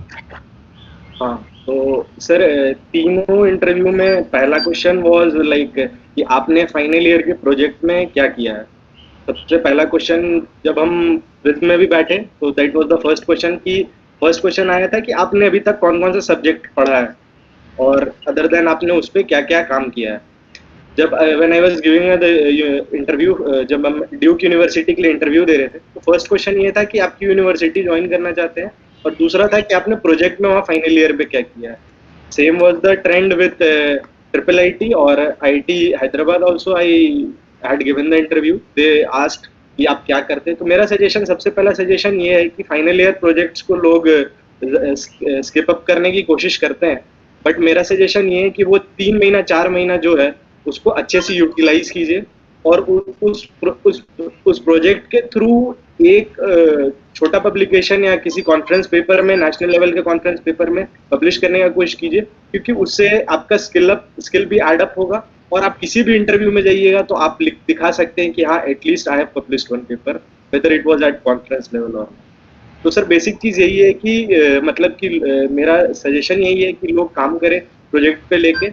और दूसरा सर, जब हम प्लेसमेंट्स के लिए बैठे तो हम अपने PPT में भी ये चीज़ बोले कि कुछ स्पेसिफिक नहीं तैयारी था, जो क्लासेस में प्रोफेसर्स बता रहे थे उसको ध्यान से सुने और वही सारा चीज़ रिकैप हुआ वहाँ पे और वही सारी चीज़ों को दोबारा पूछा गया, चाहे whether it was the design for beam और कुछ भी वैसा पूछा गया कि क्या मेन फैक्टर होता है। वो छोटी छोटी चीज़ें प्रोफेसर्स बता देते हैं क्लास में, बट स्टूडेंट्स उसको क्योंकि नहीं सुनते हैं और टिप अप कर जाते हैं तो वो पोर्शंस लैग कर जाते हैं। बेसिक क्वेश्चंस वो लोग पूछते हैं। You can't prepare for interviews for all the subjects, but you have to be prepared for the basics of every subject. Yes sir. जब आप स्पेसिफिक आपसे ये सारा क्वेश्चंस पूछ लेते हैं तब फिर वो पूछते हैं कि आप स्ट्रक्चर्स पे क्वेश्चन का आंसर करना चाहते हैं या जियोटेक पे करना चाहते हैं या इनवर्ट, तब फिर वो आपसे BMD बनाने और जब आप बोलिए कि हम स्ट्रक्चर्स में हैं तो फिर वो आपसे कंक्रीट का सस्टेन कर पूछेंगे। बट पहले आपसे बेसिक चीज सब वो पूछ के देख लेते हैं कि हाँ लड़के को कुछ ओवरऑल कुछ पता है कि सर। यूनिवर्सिटीज और Indian university, this was the trend. हाँ, it was the trend. Foreign university was थोड़ा सा और वो डायनेमिक था क्योंकि उनका ज्यादा इंटरेस्ट ये था कि आप क्यों यहाँ पर आना चाहते हैं और आपको क्यों यूनिवर्सिटी सेलेक्ट करें। उनका ये सवाल होता है, इंडियन यूनिवर्सिटीज का वो चेक करते हैं कि हाँ लड़के में स्किल है कि नहीं, बट वहाँ पे ये देखते हैं कि आपका इंटरेस्ट क्या है फॉरेन यूनिवर्सिटीज में, कि आपका इंटरेस्ट है कि नहीं और आपको वो क्यों सेलेक्ट करे, आपने ऐसा अलग क्या है। अच्छा अर्पण, तुम्हारा तो गेट स्कोर भी आया था और टॉफल भी आया था। एक बहुत प्रिसाइसली और बहुत कम टाइम में हमको ये बता दो, मेरा गेट स्कोर आ गया, ठीक है। अब हमको एमटेक कैसे मिलेगा, हम एमटेक कैसे करें? गेट स्कोर तो मेरे पास आ गया है, अब हम एमटेक कैसे करें? पहला। दूसरा, टॉफल आ गया, अब हम यूनिवर्सिटीज में अप्लाई कैसे करें? कौन सा यूनिवर्सिटी चुने, कौन सा ना चुने, कैसे हम सॉर्ट आउट करें कि इन यूनिवर्सिटीज में मुझे एडमिशन लेना है या ले सकता हूँ? देखिए दोनों प्रोसेस, फॉरेन यूनिवर्सिटीज एंड चाहे वो इंडियन यूनिवर्सिटी है, दोनों का बिल्कुल अलग सिस्टम है। इंडियन में जैसे ही आपका गेट स्कोर आ जाता है, अगर हम एनआईटीज की बात कर रहे हैं, तो आपका एक सेंट्रलाइज काउंसलिंग बोर्ड है, सीसीएमटी जिसको बोलते हैं, तो जिसके थ्रू आपके पास ऑप्शंस रहता है, प्रीवियस ईयर का कट ऑफ देख सकते हैं आप। बहुत सारा एनआईटीज ऐसा है कि जस्ट आपका कट ऑफ क्रॉस हुआ है और आपको वो मिल जाएगा, वहाँ पे अच्छा ब्रांच मिल जाएगा। इधर ही आप बहुत अच्छा एनआईटी ग्रैब कर लेते हैं और उसके बाद इंटरनल स्लाइडिंग के थ्रू दूसरे अच्छे ब्रांच में चले जाते हैं। या तो दूसरा चीज ये है सर कि, और इंडियन यूनिवर्सिटीज में आईआईटीज हो गए, एक जो मेरा पर्टिकुलर डोमेन है IIIT, ये लोग अपना खुद का कराते हैं। आपको खुद अप्लाई करना पड़ेगा उनके वेबसाइट पे, वो खुद निकालेंगे एडमिशन नोटिफिकेशन, और वहाँ पे आपको जाना पड़ेगा। आपका पहले मार्क्स के बेसिस पे शॉर्टलिस्टिंग होगा, शॉर्टलिस्टिंग का लिस्ट आएगा, फिर आपको वो स्पेसिफिक इंटरव्यूज कराएंगे। और फॉरेन यूनिवर्सिटीज के साथ क्या है सर कि उनका अपना है, मतलब टोटली अपना पैनल है। जैसे अगर नॉर्थ वेस्टर्न की बात करें तो वो खुद का एक उनका जैसे स्कूल इंजीनियरिंग मैनेजमेंट का स्कूल है, केलॉग स्कूल ऑफ इंजीनियरिंग, तो वो खुद का एक निकालेंगे कि हाँ एडमिशन प्रोसेस स्टार्ट हुआ, whether it is a fall semester, तो आप फॉल सेमेस्टर या स्प्रिंग सेमेस्टर है तो आप उसमें अप्लाई कीजिए। और उसके बाद फिर सारा प्रोसेस SOPs लिखना पड़ेगा आपको, letter of recommendation professor provide करेंगे, और एक वो ओवरऑल पैकेज होता है जो कि आप पूरा इंटायर स्पैन में, मतलब आप अपने स्कूल एजुकेशन से लेके आज तक जो किए हैं वो पूरा चीज चेक करते हैं। इसलिए हम बोले कि लेटर ऑफ रिकमेंडेशन और SOP बहुत ही ज्यादा इंपॉर्टेंट रोल प्ले करता है आपका एडमिशन में फॉरेन यूनिवर्सिटीज में। और एज अ फ्रेशर अगर फॉरेन यूनिवर्सिटी जाना चाहते हैं, ऐसा जॉब के लिए बहुत मुश्किल होता है। हम भी बहुत ट्राई किए कि शायद कहीं पे कोई ऑप्शंस निकले, सुमित्रा सर भी बोले, तो हम यही बोलेंगे, यही सजेशन देंगे कि अगर जाना चाहते हैं लोग तो कोई एक अच्छा GRE स्कोर करके 2 साल का कोर्स, 1.5 साल का मास्टर्स का कोर्स करके वहाँ पे इजिली जॉब ग्रास्प कर सकते हैं, वेदर यू आर फ्रेशर और नॉट। बस एक अच्छा GRE स्कोर, एक अच्छा CGPA और एक अच्छा SOP आपको वर्ल्ड के टॉप यूनिवर्सिटीज में लैंड कर सकता है, वर्ल्ड के टॉप। Okay. और अपन अब लास्ट क्वेश्चन कि you have been selected at IIT Hyderabad also and Triple IIT Hyderabad also. Why you joined Triple IIT Hyderabad instead of IIT? ये तो सर डिसीजन आपका भी था उसमें सबके सामने क्या बोले, डिसीजन आपका भी था उसमें। जो ब्रांच था IIT हैदराबाद में, it was not specific to the civil domain. I was getting in waste management resource there, और triple IIT I am working presently on structures. तो ऐसा था कि अब था कि मेरे को जाने का तो था कि फॉरेन जाने का बहुत मन था जो कि नहीं जा पाया है, बट अब यहाँ पर थे तो अब कुछ सिविल के कोर पे ही करना था और स्ट्रक्चर्स पे ज्यादा थोड़ा इंटरेस्ट था शुरू से, क्योंकि जिस एस्पेक्ट पर सोच रहे थे कि अर्पण बोलेगा वो नहीं बोला। What stipend you were supposed to get at IIT Hyderabad? हाँ, इट वाज 12,000 and presently you are getting? हाँ, I am getting. No, you are getting 12,000 at Triple IIT Hyderabad. हाँ, Triple IIT Hyderabad. What IIT Hyderabad offered you? It was that we had to give the semester fees also there. That was the main factor which I also included in my. IITs have skipped the scholarships. Okay, and still Triple IIT Hyderabad is offering a scholarship. So it is better to go at running behind the IITs to go back new Triple IITs. And to work over there and to have good publications. It is after all what you want. So I would come back to Soumitra. So you had shared, excuse me, you have shared a web page in the team. So could you please share the screen where the students can see that how to get the scores?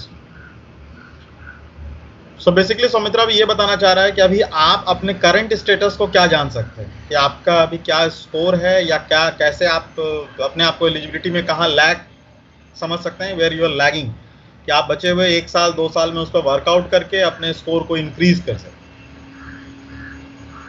Actually, yeah, of course, वो मैं करता हूँ। उसके पहले but actually I would refer back to what Arpan was saying, and मेरे को भी इसमें थोड़ा सा एक कंट्रीब्यूशन देना था कि इंटरव्यूज कहीं पे भी हो, अब्रॉड के लिए कुछ भी हो, मेरे केस में एटलीस्ट जितने भी मैं इंटरव्यूज मैं जब अहमदाबाद गया था वापस दिया था, and the one which worked out for me, तो मेरा प्रोफेसर अनिश के अंडर में प्रोजेक्ट हुआ था, and the project which we did was about basically searching an alternative material. हम लोग brick dust as an alternative material के ऊपर प्रोजेक्ट था। So it is fascinating how I actually जो मैंने काम जो किया उन लोगों के साथ, it was in looking into alternative materials.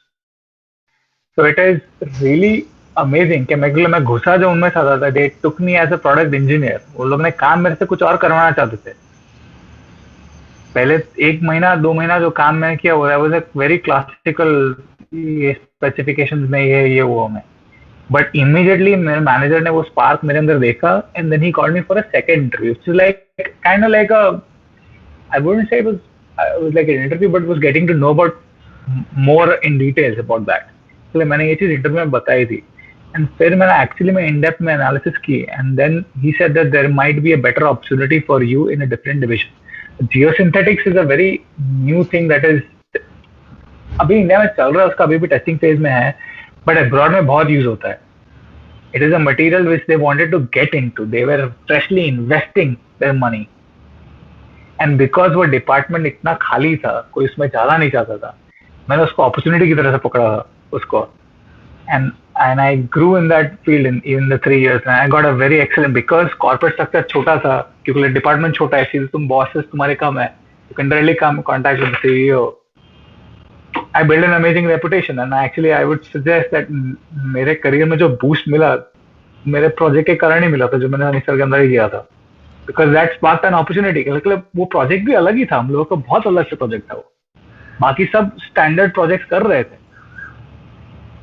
और Soumitra, Everybody does that such a thing. होगा कि वो जो तुम लोग प्रोजेक्ट किए थे partial replacement through, I think so it was rice dust, brick dust का था, ब्रिक डस्ट का था, वो अभी तक हमारे यहाँ पार्शियल रिप्लेसमेंट चली रहा है. Students they are partially replaced as well as materials they are partially replaced.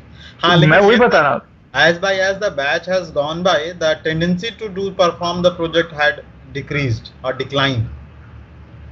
Okay. But what you have, I can't comment on that, but what I can definitely say, on the platform, I have comment that with the coming generation, yes, even though faculties have also deteriorated, and as well as the students have also, entire academics have been deteriorated, but even though this project work should be in much more precise manner. So मेरा attitude हमेशा ऐसा ही है कि जहाँ पे deterioration दिखता है, मुझे अपॉर्चुनिटी दिखता है. तो यहाँ पे 5 स्टूडेंट्स जो है, take it up as an opportunity to be the first one again to bring things up again. Sir मैं जब आया था कॉलेज तो 0 पे था, तो डिटेरियोरेशन तक के दूर की बात है, वो अपॉर्चुनिटी है. अगर आसपास में ग्राफ नीचे की तरह जा रहा है, तो मैं उसको ऊपर की तरह ला सकता. अगर ऑलरेडी ऊपर है तो कहाँ ले जाओगे? That's how I look at it. Okay, so Samitra, please continue with that one. Yeah. I'm sharing my tab. And meanwhile, if any student is interested in asking the question, please raise your hand so that the next turn can be given to any other student. I had. So मैंने sorry, go ahead. हाँ sir, हाँ Samitra, please go ahead. Yeah. So मैंने link share करी जो उसका वही एक main link है. This is the only page that you would refer to as a source of information. मैंने एक disclaimer टाइप का भी नीचे भेजा. Sorry, एक disclaimer भी नीचे भेजा because there are lots of information like forums and stuff where you get बहुत गलत information मिलती है तुमको चीज़ों के बारे में. But always refer to the Canadian website जो ये है. इसमें जो मैं बोला था ना, categories, sponsorships, express entry जिसमें से मैं आया हूँ, startup visa, self-employed is kind of aligned with startup visa, agri-food pilot. अब ये agri-food pilot बहुत specific चीज़ है agriculture domain में, जो हम लोगों के लिए application नहीं है. Care givers, तो मैंने ही बोला था nurses को specifically कुछ opportunities मिलती है, ये वो specific domain है. Quebec selected skilled workers is people who can also speak French, bilingual factor.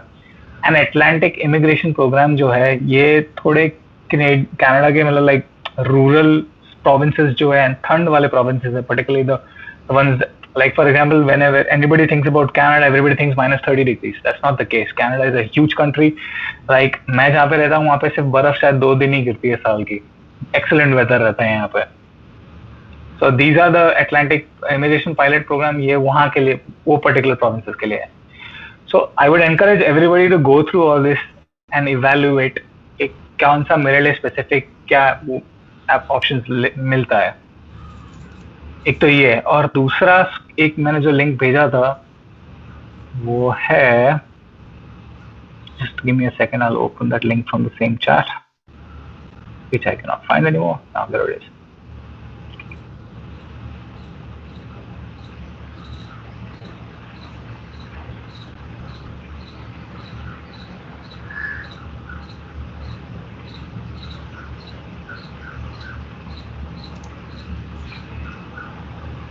This is the second tool. ये एक्सप्रेस एंट्री के पर्टिकुलरली में है.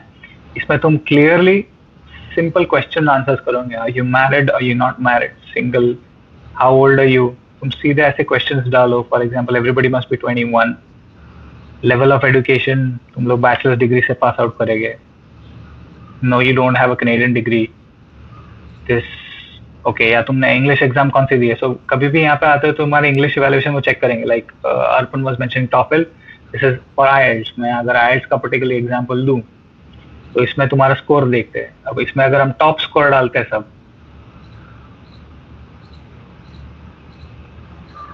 ठीक है, सारे मैंने टॉप स्कोर के रेंजेस डाल दी. अगर फ्रेंच तुम्हारा second official language is French, if you know how to speak French you can take that, but I'm assuming that it's not going to be applicable for Samitra, I would like to introduce you that they are studying French as one of their elective paper. Oh, that is really cool. Like I wish कि मैं जब पढ़ रहा था ये सब ऐसे चीजें भी इंक्लूड होती तो मैं भी शायद इलेक्टिव लेता. They have a credit course.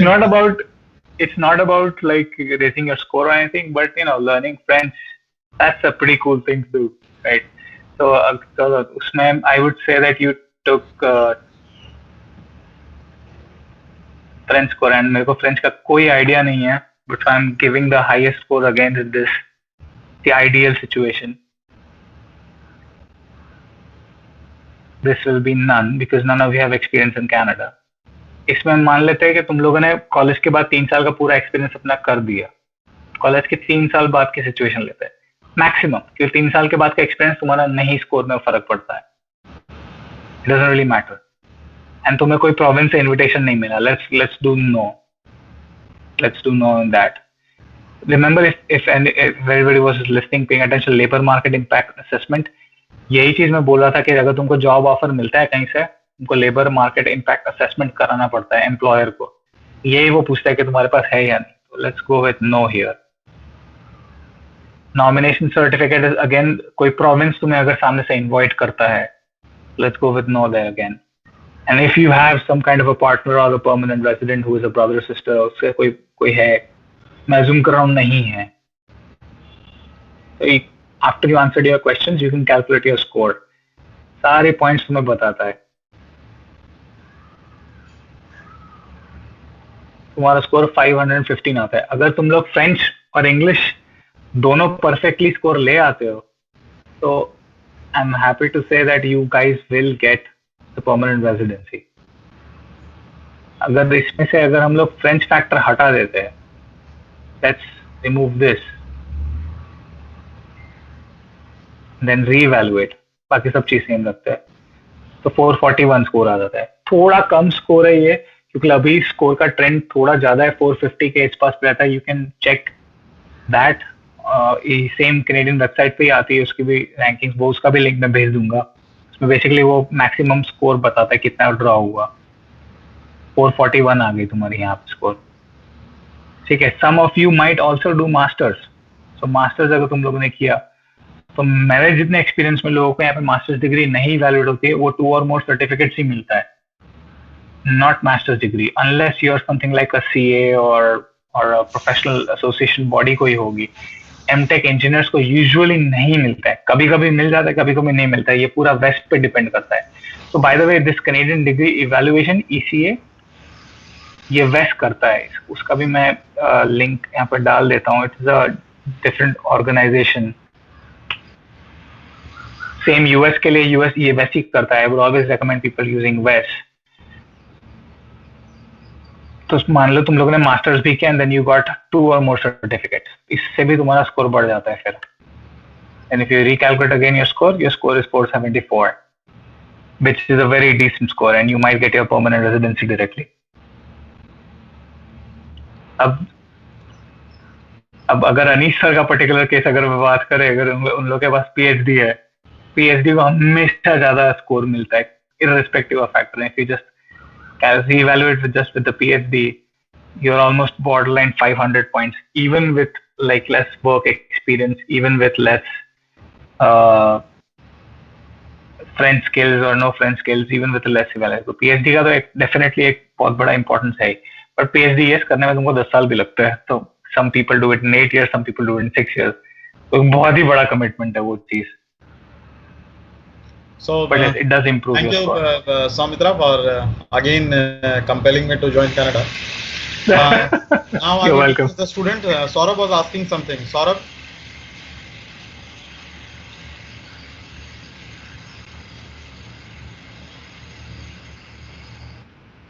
Saurabh.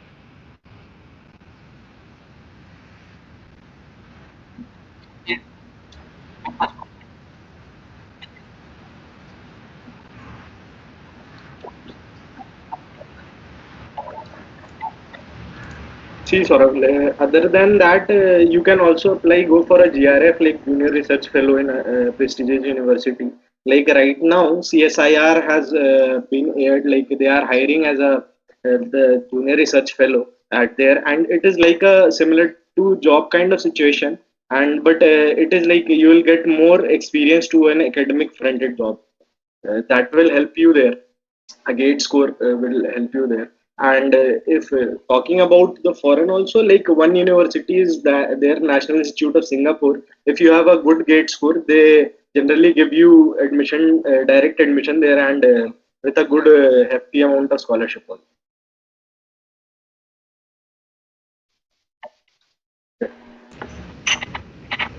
I don't know about Singapore as a country, but living there, I think. But I choose to believe, it's my personal opinion, that living in Singapore and living in India, it's better to live in India.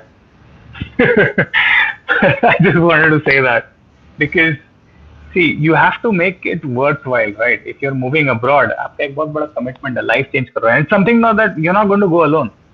Mind well, if you guys have relationships, if you guys have siblings, if you guys have family, every single one of you is going to get affected by your decision. So my point of saying that was, you better make it worthwhile. Worth उसका आना चाहिए, and worth हमेशा एक पैसा नहीं होता. It's not just the money aspect. It's about a lot of things. Okay, fine. So anyone else? Hello. So, Hello. Anshuman sir is there. Anshuman sir. Thank you, sir.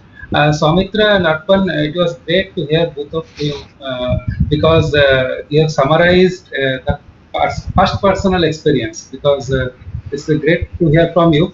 And I come to know about what I was discussing about. I was going through the entire session. Okay, the question answers, Anish sir and your answer, and Saurabh asked the questions. So I wanted to know about how was your life during this COVID-19 situation, because you are in a foreign country and Arpan is also in Hyderabad. So how was your life? Because all of us look like an earthquake in a global scenario. Okay, so how was your life? It was tough. It was definitely very tough. But how was your life? Arpan, would you like to go first?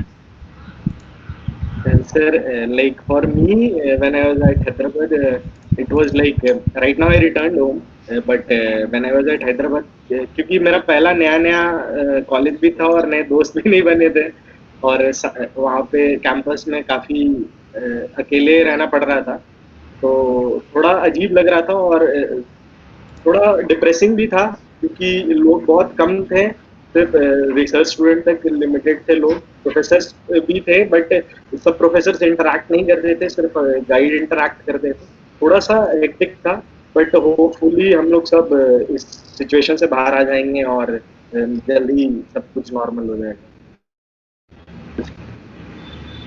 And Soumitra, your case? Yeah. So I think I was really lucky, because I chose Vancouver as a city and not Toronto or anywhere else, like any of the East Coast business cities. I just came west. सबसे बड़ा benefit मेरे को जो मिला है वो कोविड-19 का मिला कि हमारे यहाँ पे केसेस कभी उतने बड़े ही नहीं. We have been like lucky from this aspect that the highest peak that I saw was, I believe, like max was 1,000 a day cases. वो भी मैं peak time की बात कर रहा हूँ, first wave का. उसके बाद से it has always been less. So यहाँ पे मेरे टाइम पे लॉकडाउन ऐसे से हुआ ही नहीं था, because only the things that shut down were businesses, like banks बंद हो गई थी, या रेस्टोरेंट्स में इंडोर सिटिंग बंद हो गया था. बाकी पब्लिक ट्रांसपोर्ट बोलो या बाहर जाना बोलो, सुपरमार्केट्स बोलो, कुछ नहीं बंद हुआ था. तो yes, इकोनॉमिक सिचुएशंस डेफिनेटली बहुत हुई थी, स्ट्रगल थोड़े बहुत हुए थे, like bank accounts and procedural struggle I think मेरा ज्यादा था. बट इस चीज का लाइक आई वुड सजेस्ट, मैं तो इसका पॉजिटिव एटीट्यूड बहुत ज्यादा देखे कि लाइक ये पूरा साल 1.5 साल जो है ना, मैं बहुत घूमा हूँ, मैं बहुत एक्सप्लोर किया हूँ बीसी, मेरा province, because inter provincial travel was not allowed. तो मेरे आसपास के ऑलमोस्ट जितने पहाड़ है, जितने हाइक्स है, जितने ये है, मैं almost I have covered like 50% or मोर.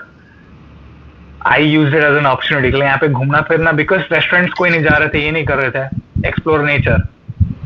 तो मैं इस चीज का पॉजिटिव एस्पेक्ट ये है. बट इसका ऑफ कोर्स नेगेटिव एस्पेक्ट बहुत बड़ा था इमोशनल डिफरेंटली, बिकॉज मेरे family members, extended family members, friends family members, students, हर जगह से एक पॉइंट जब इंडिया का पीक सेकेंड वेव पे आ रहा था, जब मतलब अभी भी चल ही रहा है honestly speaking some provinces, but then तो पीक फेज जो आया था मेरे लिए, वो 2 हफ्ते इतने ज्यादा इमोशनली डिप्रेसिंग हो गए थे, बिकॉज मैं ऐसे पॉइंट पे था ना कि मैं कुछ नहीं कर पा रहा हूँ. Travel I can't travel back because there is an international flight are ban, you can't travel back right now. तो वो एक ऐसा पॉइंट था कि जब भी मेरा phone, in fact even professor Anish ने भी जब मेरे को इनिशियल फर्स्ट कांटेक्ट किया था इस चीज के बारे में, मेरे को इनिशियली ऐसा ही दिमाग में जा रहा था कि कुछ खराब हुआ है क्या. तो एक मेंटल स्टेट जो हो गया था, बिकॉज इंडिया में इतने खराब इमेजेस, और यहाँ की वेस्टर्न मीडिया बोलो, I wouldn't say that they were showing it a bit more, they were just covering what it was happening. इतने ज्यादा वो हो गया था, that was a very big challenge emotionally. उसके अलावा I think my life has been pretty much the same. I think actually I asked I'll say just 1 second. Okay. I just asked these questions to both of you because somehow during the presentation and during the discussion with question and answer also, I come to know that both of you have a very much tenacity with finding exploring the opportunities in the difficulties. Okay. That's why you both of you have experienced the first person experience in both of the things, like they are also in entrepreneurship and also in academics, so and also establishing company, the geosynthesis jo aap bata rahe the. So I was thinking that maybe in COVID-19 also, hopefully thank God that both of you are safe and your family may be also safe, because all of us have been suffering from that. Okay. So both of you are maybe finding some opportunities, but what you told that traveling and others and also explore something, so that was a great thing, and some positive vibe also there. So some of us also learned that finding opportunities and exploring the ideas and what you told, the baby step to change, that is the main thing.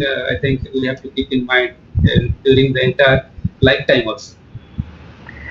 So, sir, if I can add on to what you just said, it might sound offensive and oppressive to a few people, but reality remains the people who were millionaires, and like I would suggest some people who had a lot of cash, 2020 में those people have 10-fold their cash. सबसे ज्यादा पैसा जो इकट्ठा हुआ है last 20 years में, मैं बोलता हूँ, I'm even going for saying 20 years, उससे भी ज्यादा शायद पैसा या उसके बराबर लास्ट 1 year में हुआ है यहाँ पे. It's a fact. and particularly capital markets में I have been blessed to get some decent returns as well. But जो आप tech sector बोलो या कुछ भी बोलो, या if you want to take example of Elon Musk, or if you want to take example of Jeff Bezos, or even the average American, I'm not saying the hardworking American, I'm talking the average capitalistic mindset American. Last 10 साल में इतना पैसा नहीं कमाया होगा, last 2020 में पैसा कमाया. It is a fact. It's simply a fact which a lot of people refuse to accept. And जैसा आपने बोला ना कि नेगेटिव में पॉजिटिव ढूंढना, ये मैं हमेशा से मेरे अंदर में I always try to do that. Yes, I am a big believer of a very old saying कि हीरा कोयले की खान में ही मिलता है वाला factor, which is absolutely true. And ये अगले 5 years में जो मेरे अंदर में जो चेंज लाना चाहता हूँ, yes, वो change already I have adapted to it, but it is not a like a I would say it has to be like my first thinking. If होता है ना कि yes, second thinking, third thinking में adaptation, but मेरी first thinking वहाँ पर नहीं जाती है. मेरी first thinking अभी मेरे को जो next change मेरे अंदर लाना है is I want to have that capitalistic mindset. When 2020 happened, COVID-19 happened, Majority of the people were worried about losing jobs and their mortgage payments and hope. But that 1% or the 2% of the world, like for example, I'll give you an example of Bill Ackman, and anybody can Google Bill Ackman. They made so much money in that period. It is mind-numbing.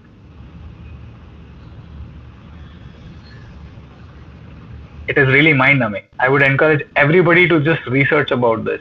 It's very facts. You can Google about these facts, but it is really mind-numbing.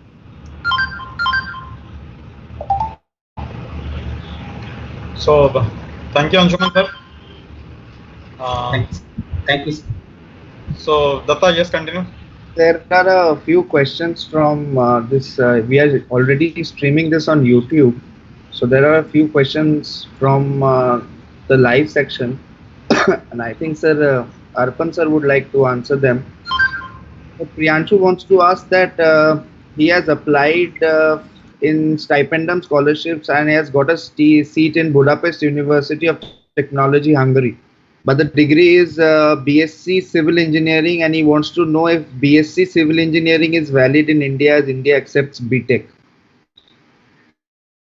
It's nothing like that. Basically, I think it's India accepts BSc Engineering also. Yes. And so there's one more question for us. Sorry, this degree itself, but the question has been asked that I have applied in these all colleges.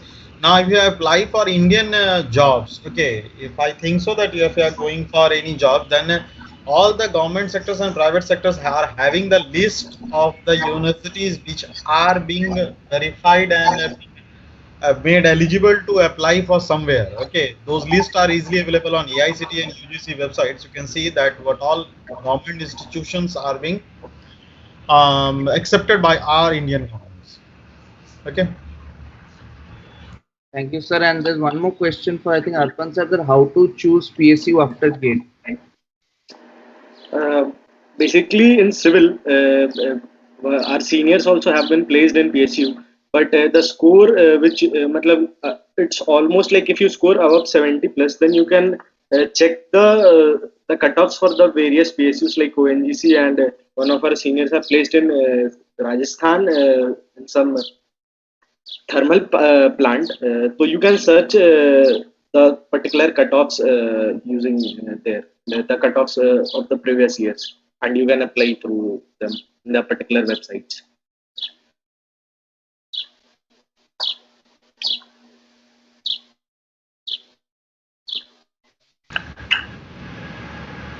Sir, I think one more question which I had personally as a student who is going to be graduating next year is that most of the PSUs are being decentralized these days.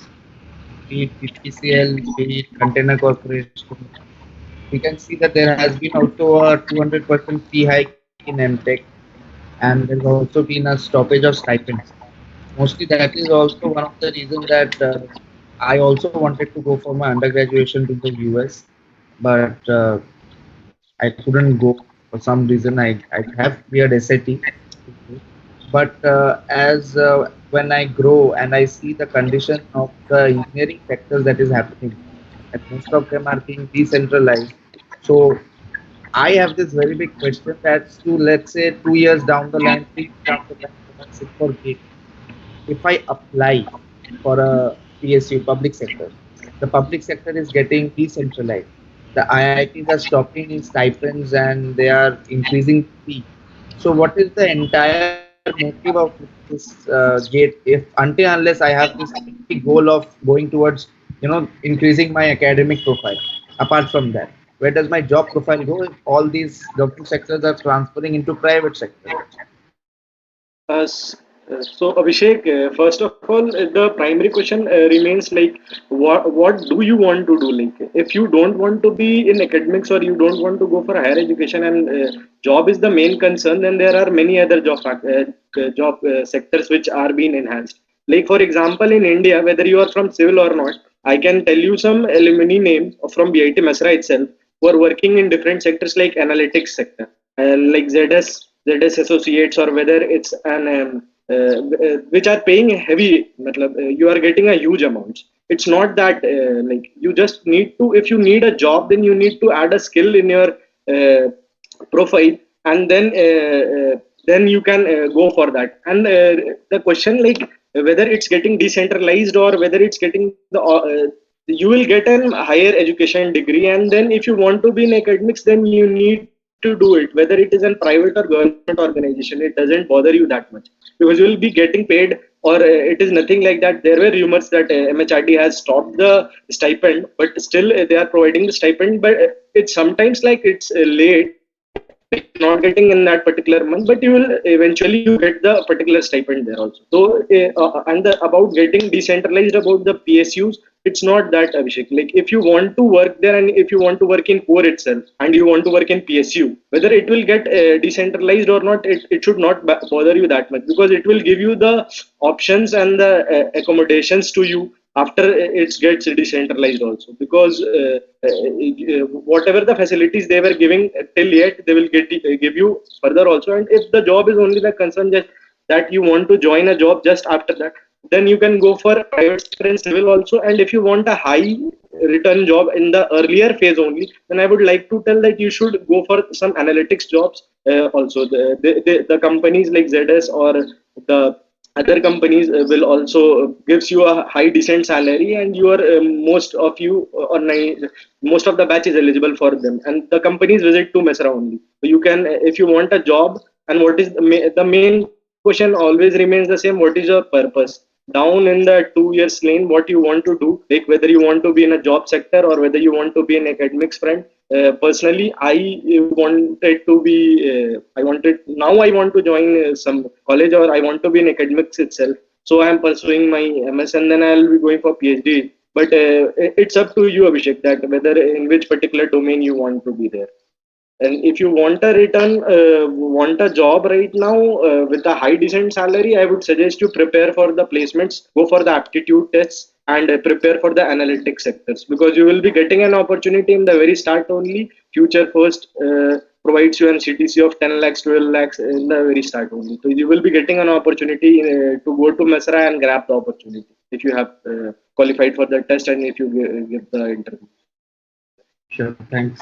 Thank you, sir. Pramitra sir, you wanted to say something?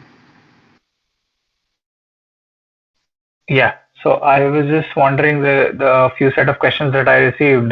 Some of them have not been tackled, so I can just head on answer those questions from my end as well. So a few queries related working abroad. How much different the work culture is in Canada from in India? Very, absolutely. So for given the first example, इतना जो sir आज मुझे बोला है, इतना शायद मुझे 1.5 साल 2 साल में कभी नहीं बोला. Nobody does that. Everybody is on a first name basis. Work environment is much more relaxed, and it is much more self-oriented. Nobody is going to spoon feed you things. Nobody is going to come and, hey, when is that? Give me that work file or a particular thing. If you've been given a role, if you've been given a task to assign, it is expected that you do it yourself. So the initiative from your end is much more appreciated than being told to do things.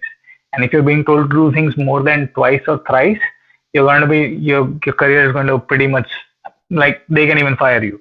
It's nobody, like, if they fire people even after like 5 years of work experiences, that they'll give you a severance package. But if your aptitude towards work changes, they're going to fire you. There is no emotional component in your work culture, जो बहुत बड़ा है India में. The emotional component, जो इसके साथ मैं बात करूंगा, ऐसा रेपो है ये वो, it's nothing like that in North America. It is all about the work, and it is also about socializing amongst your work. And what I mean by socializing is engaging in your Friday beer activities and stuff like that. Every company has a different policy. It is very sector by sector different. Some people have more chill environments, and certain sectors like maybe investment banking and law, that is much more traditional, and you have to wear a suit every day to work. So it matters from sector to sector, but it is very different from India. Then, can you apply for a job directly after graduating? Of course, you can apply, but it's an unfortunate reality. You're not going to get accepted that easily. Does the student average cost? Sorry. Yeah, so be a professional civil engineer. Like I said, you'll have to have a regulated license here. The best case, if you really want to stick to being a professional engineer, come and study here. That's the best way to sort it out, because the opportunity to have like you'll be invited and get a job, and then you'll take an exam and get a license. That is just too much of wishful thinking, to be honest. If you want to work in that domain, just come here, do your MS, sort that out. Study cost, now that is very in university specific. If you apply to certain universities, they'll be cheaper. Some universities will be much more expensive. But on an average, I say it's around $35,000, maybe give or take, in Canadian dollars, give or take. And then the living expenses are roughly around half of that for the year. For the yearly expense. And this changes every year, so it's always better to just look at the university website. Queries related for visa and application necessities. Any kind of exam in order to get a visa? Yes, of course. If you're getting a student visa, you need to give your IELTS. If you're doing the express entry program, you need to give your IELTS. Basically, there'll always be a language assessment exam, like usually IELTS or TOEFL, whatever it is. They will always test your language. And second, if you're coming to study in like particular domains, they might test your aptitude. And they usually do that through GRE or GMAT, whether you're going for an MS or an MBA. Basic requirements to get a visa abroad. Well, pretty much the same thing what I just said. All those 5 criterias, like your English, your aptitude, your graduation evaluations, some work experience if you have that. That's it. What are the terms and conditions to get visa? Well, you have to have the same thing again. All those, you need to meet their requirements, and honestly meet the requirements. I really, so there are some consultants out there who encourage people to like twist their words and lie and stuff like that. I always say don't do it, because the point that you get caught, and you will, because the immigration departments are really smart. They do this in and out every day. They get like millions of applications. You're not you're not the special one who's going to get unnoticed and come. You are going to get noticed, and you're then probably going to get banned, and you will never be able to apply again. So just don't do that. What should a student do after graduation as a civil engineer? Well, that's a very personal question. I would suggest to do the things what I said at the start of my presentation. Identify your purpose. If you want to move abroad, how do you want to move abroad? If you want to go study, if you want to do the reputation route, it's a very personal question, and it will definitely change from student to student. But always trying to find a purpose rather than chasing some particular company. Try to associate with the purpose. Only then you'll be able to be happy around it, which I think is one of the key goals in life. One should pursue masters or get a job after graduation. I particularly believe in the jobs route. I still haven't done my masters, and maybe I might do an MBA later if I need to. But I really think that you should get some experience, at least for 3 years or so, before you do your masters, be it MTech or be it MBA. If you're doing an MBA, for sure you need their experience. How civil engineer can search jobs? It's the same thing. LinkedIn, Indeed, everywhere. It's the same thing now in the entire world.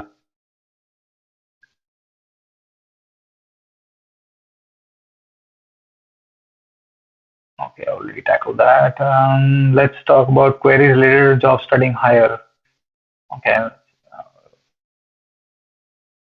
Are part-time jobs easily available? Yes, if you're open to doing anything you want, like part-time jobs, like it can, right from being a security guard to working in a cafe, you are going to find work. Don't worry about that. If you come on a legal status, if you come on the right, and if you can speak, like if your English vocab is fine, you're going to very easily find a 20-hour job per week, which will help you pay your rent and your expenses. Don't worry about that. Rather, I would suggest if you're coming here as a studying, focus on the study aspect and not worry about the part-time job. You'll get it. How can we keep a balance between job and higher study? If you're doing simultaneously, it's simple. The visa is going to restrict you from working full time. You can only work 20 hours a week. Some people do take offhand illegal cash jobs, and that is a personal choice. The day you get caught, you're deported. But then I don't really see the point of it because you're doing that part-time job to support your study. You're not doing the other thing now. So rather, I would say focus on studies and just use your part-time job as something to pay bills. And once you graduate from that course, hopefully with good scores, focus on getting a job in that particular industry. If like you're coming here for an MBA or whatever, you will find a specialty and focus on getting a job in there rather than worrying about making more money when you're studying. I would say focus more on the study aspect. How important does a software skill has in getting any job? If you're working, I'm sorry for that. If you are working as a software engineer, of course, it is like perhaps the most important skill that you would need, how to write code. But everything else, no. But then you have to be computer savvy. In today's world, you cannot be like somebody who does everything is done on the computer. You have to have that basic skill. You should know how to use like the Microsoft tools and be able to automate a few things. You're gonna be exposed to all of that. You have to have that. It is basic. Okay, how much salary are civil engineers? Oh my God, this is actually a very debatable thing. But as a fresher, you're not gonna get a job in Canada for sure.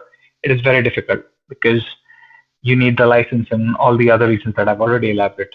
But the salaries people make in civil here, it's mind-boggling. They make easily about 120K to 150K, and some professional engineers who have like opened their own consulting firms, like I work for. I've just been in touch with a consulting firm here, and the guy who owns it, they make ridiculous amount of money because the government pours a lot of money here in infrastructure projects. The average, if you want to just look at an average cost of building any infrastructure project, if you just see the budget, it's 10 times higher than what any of the budget you see in our home country. So they get fairly compensated. Civil engineering is a very highly paid job here.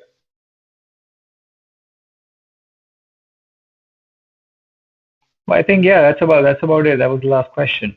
If anybody else wants to ask any other questions, I'm open to that.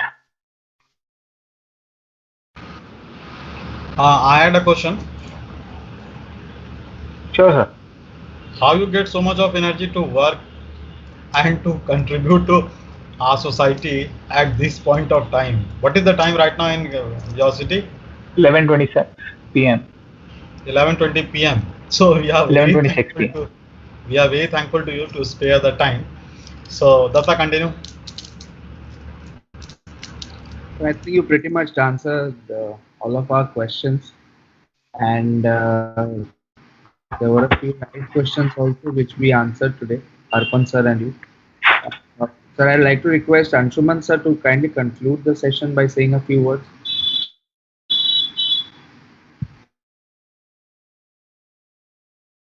Hello. Am I audible? Yes, hello. Sir. So it's great to hear from both of you once again. And thank you, Anish sir. Thank you, Abhishek, for arranging and organizing such a great event, because it's once again, I will tell that this is a first person experience in both the cases, because what Soumitra has done and is going through that. So it's a, I would say that the point he has mentioned in his presentation was great, because not only in for following him, but also following someone's own dream.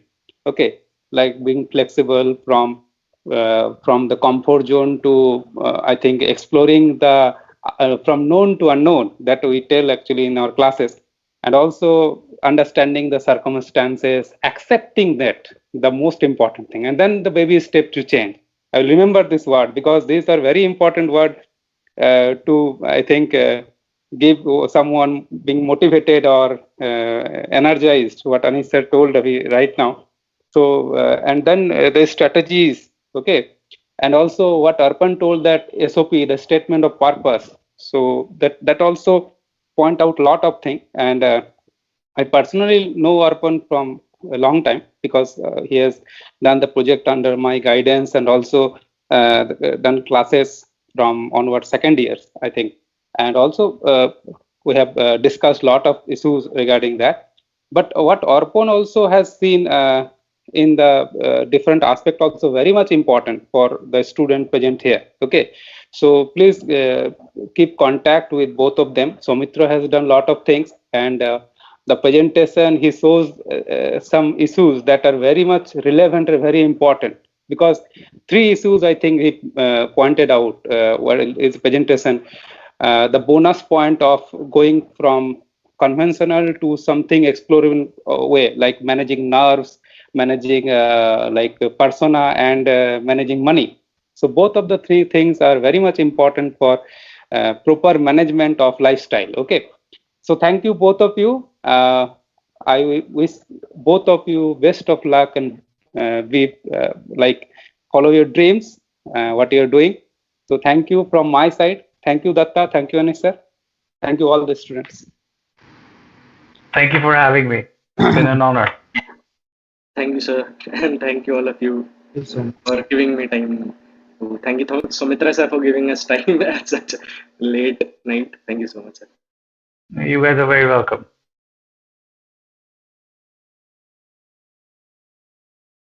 Thank you, sir. Anish sir, would you like to say something? Thank you. Short and sweet. He asked me few words, that's why. Okay, Datta. Because it's high time for Soumitra also. Yes. Thank you, sir. Yeah. I think we'll call it today. Thank you so much for joining us today. It was lovely having you, and I'm sure the get in touch with you. You're very welcome. Regarding- I've dropped my email address in the chat box as well, so anybody can shoot me an email about pretty much anything they want to. Thank you so much, sir. We'll call it off a day today. Thank you so much. Guys, have a good day.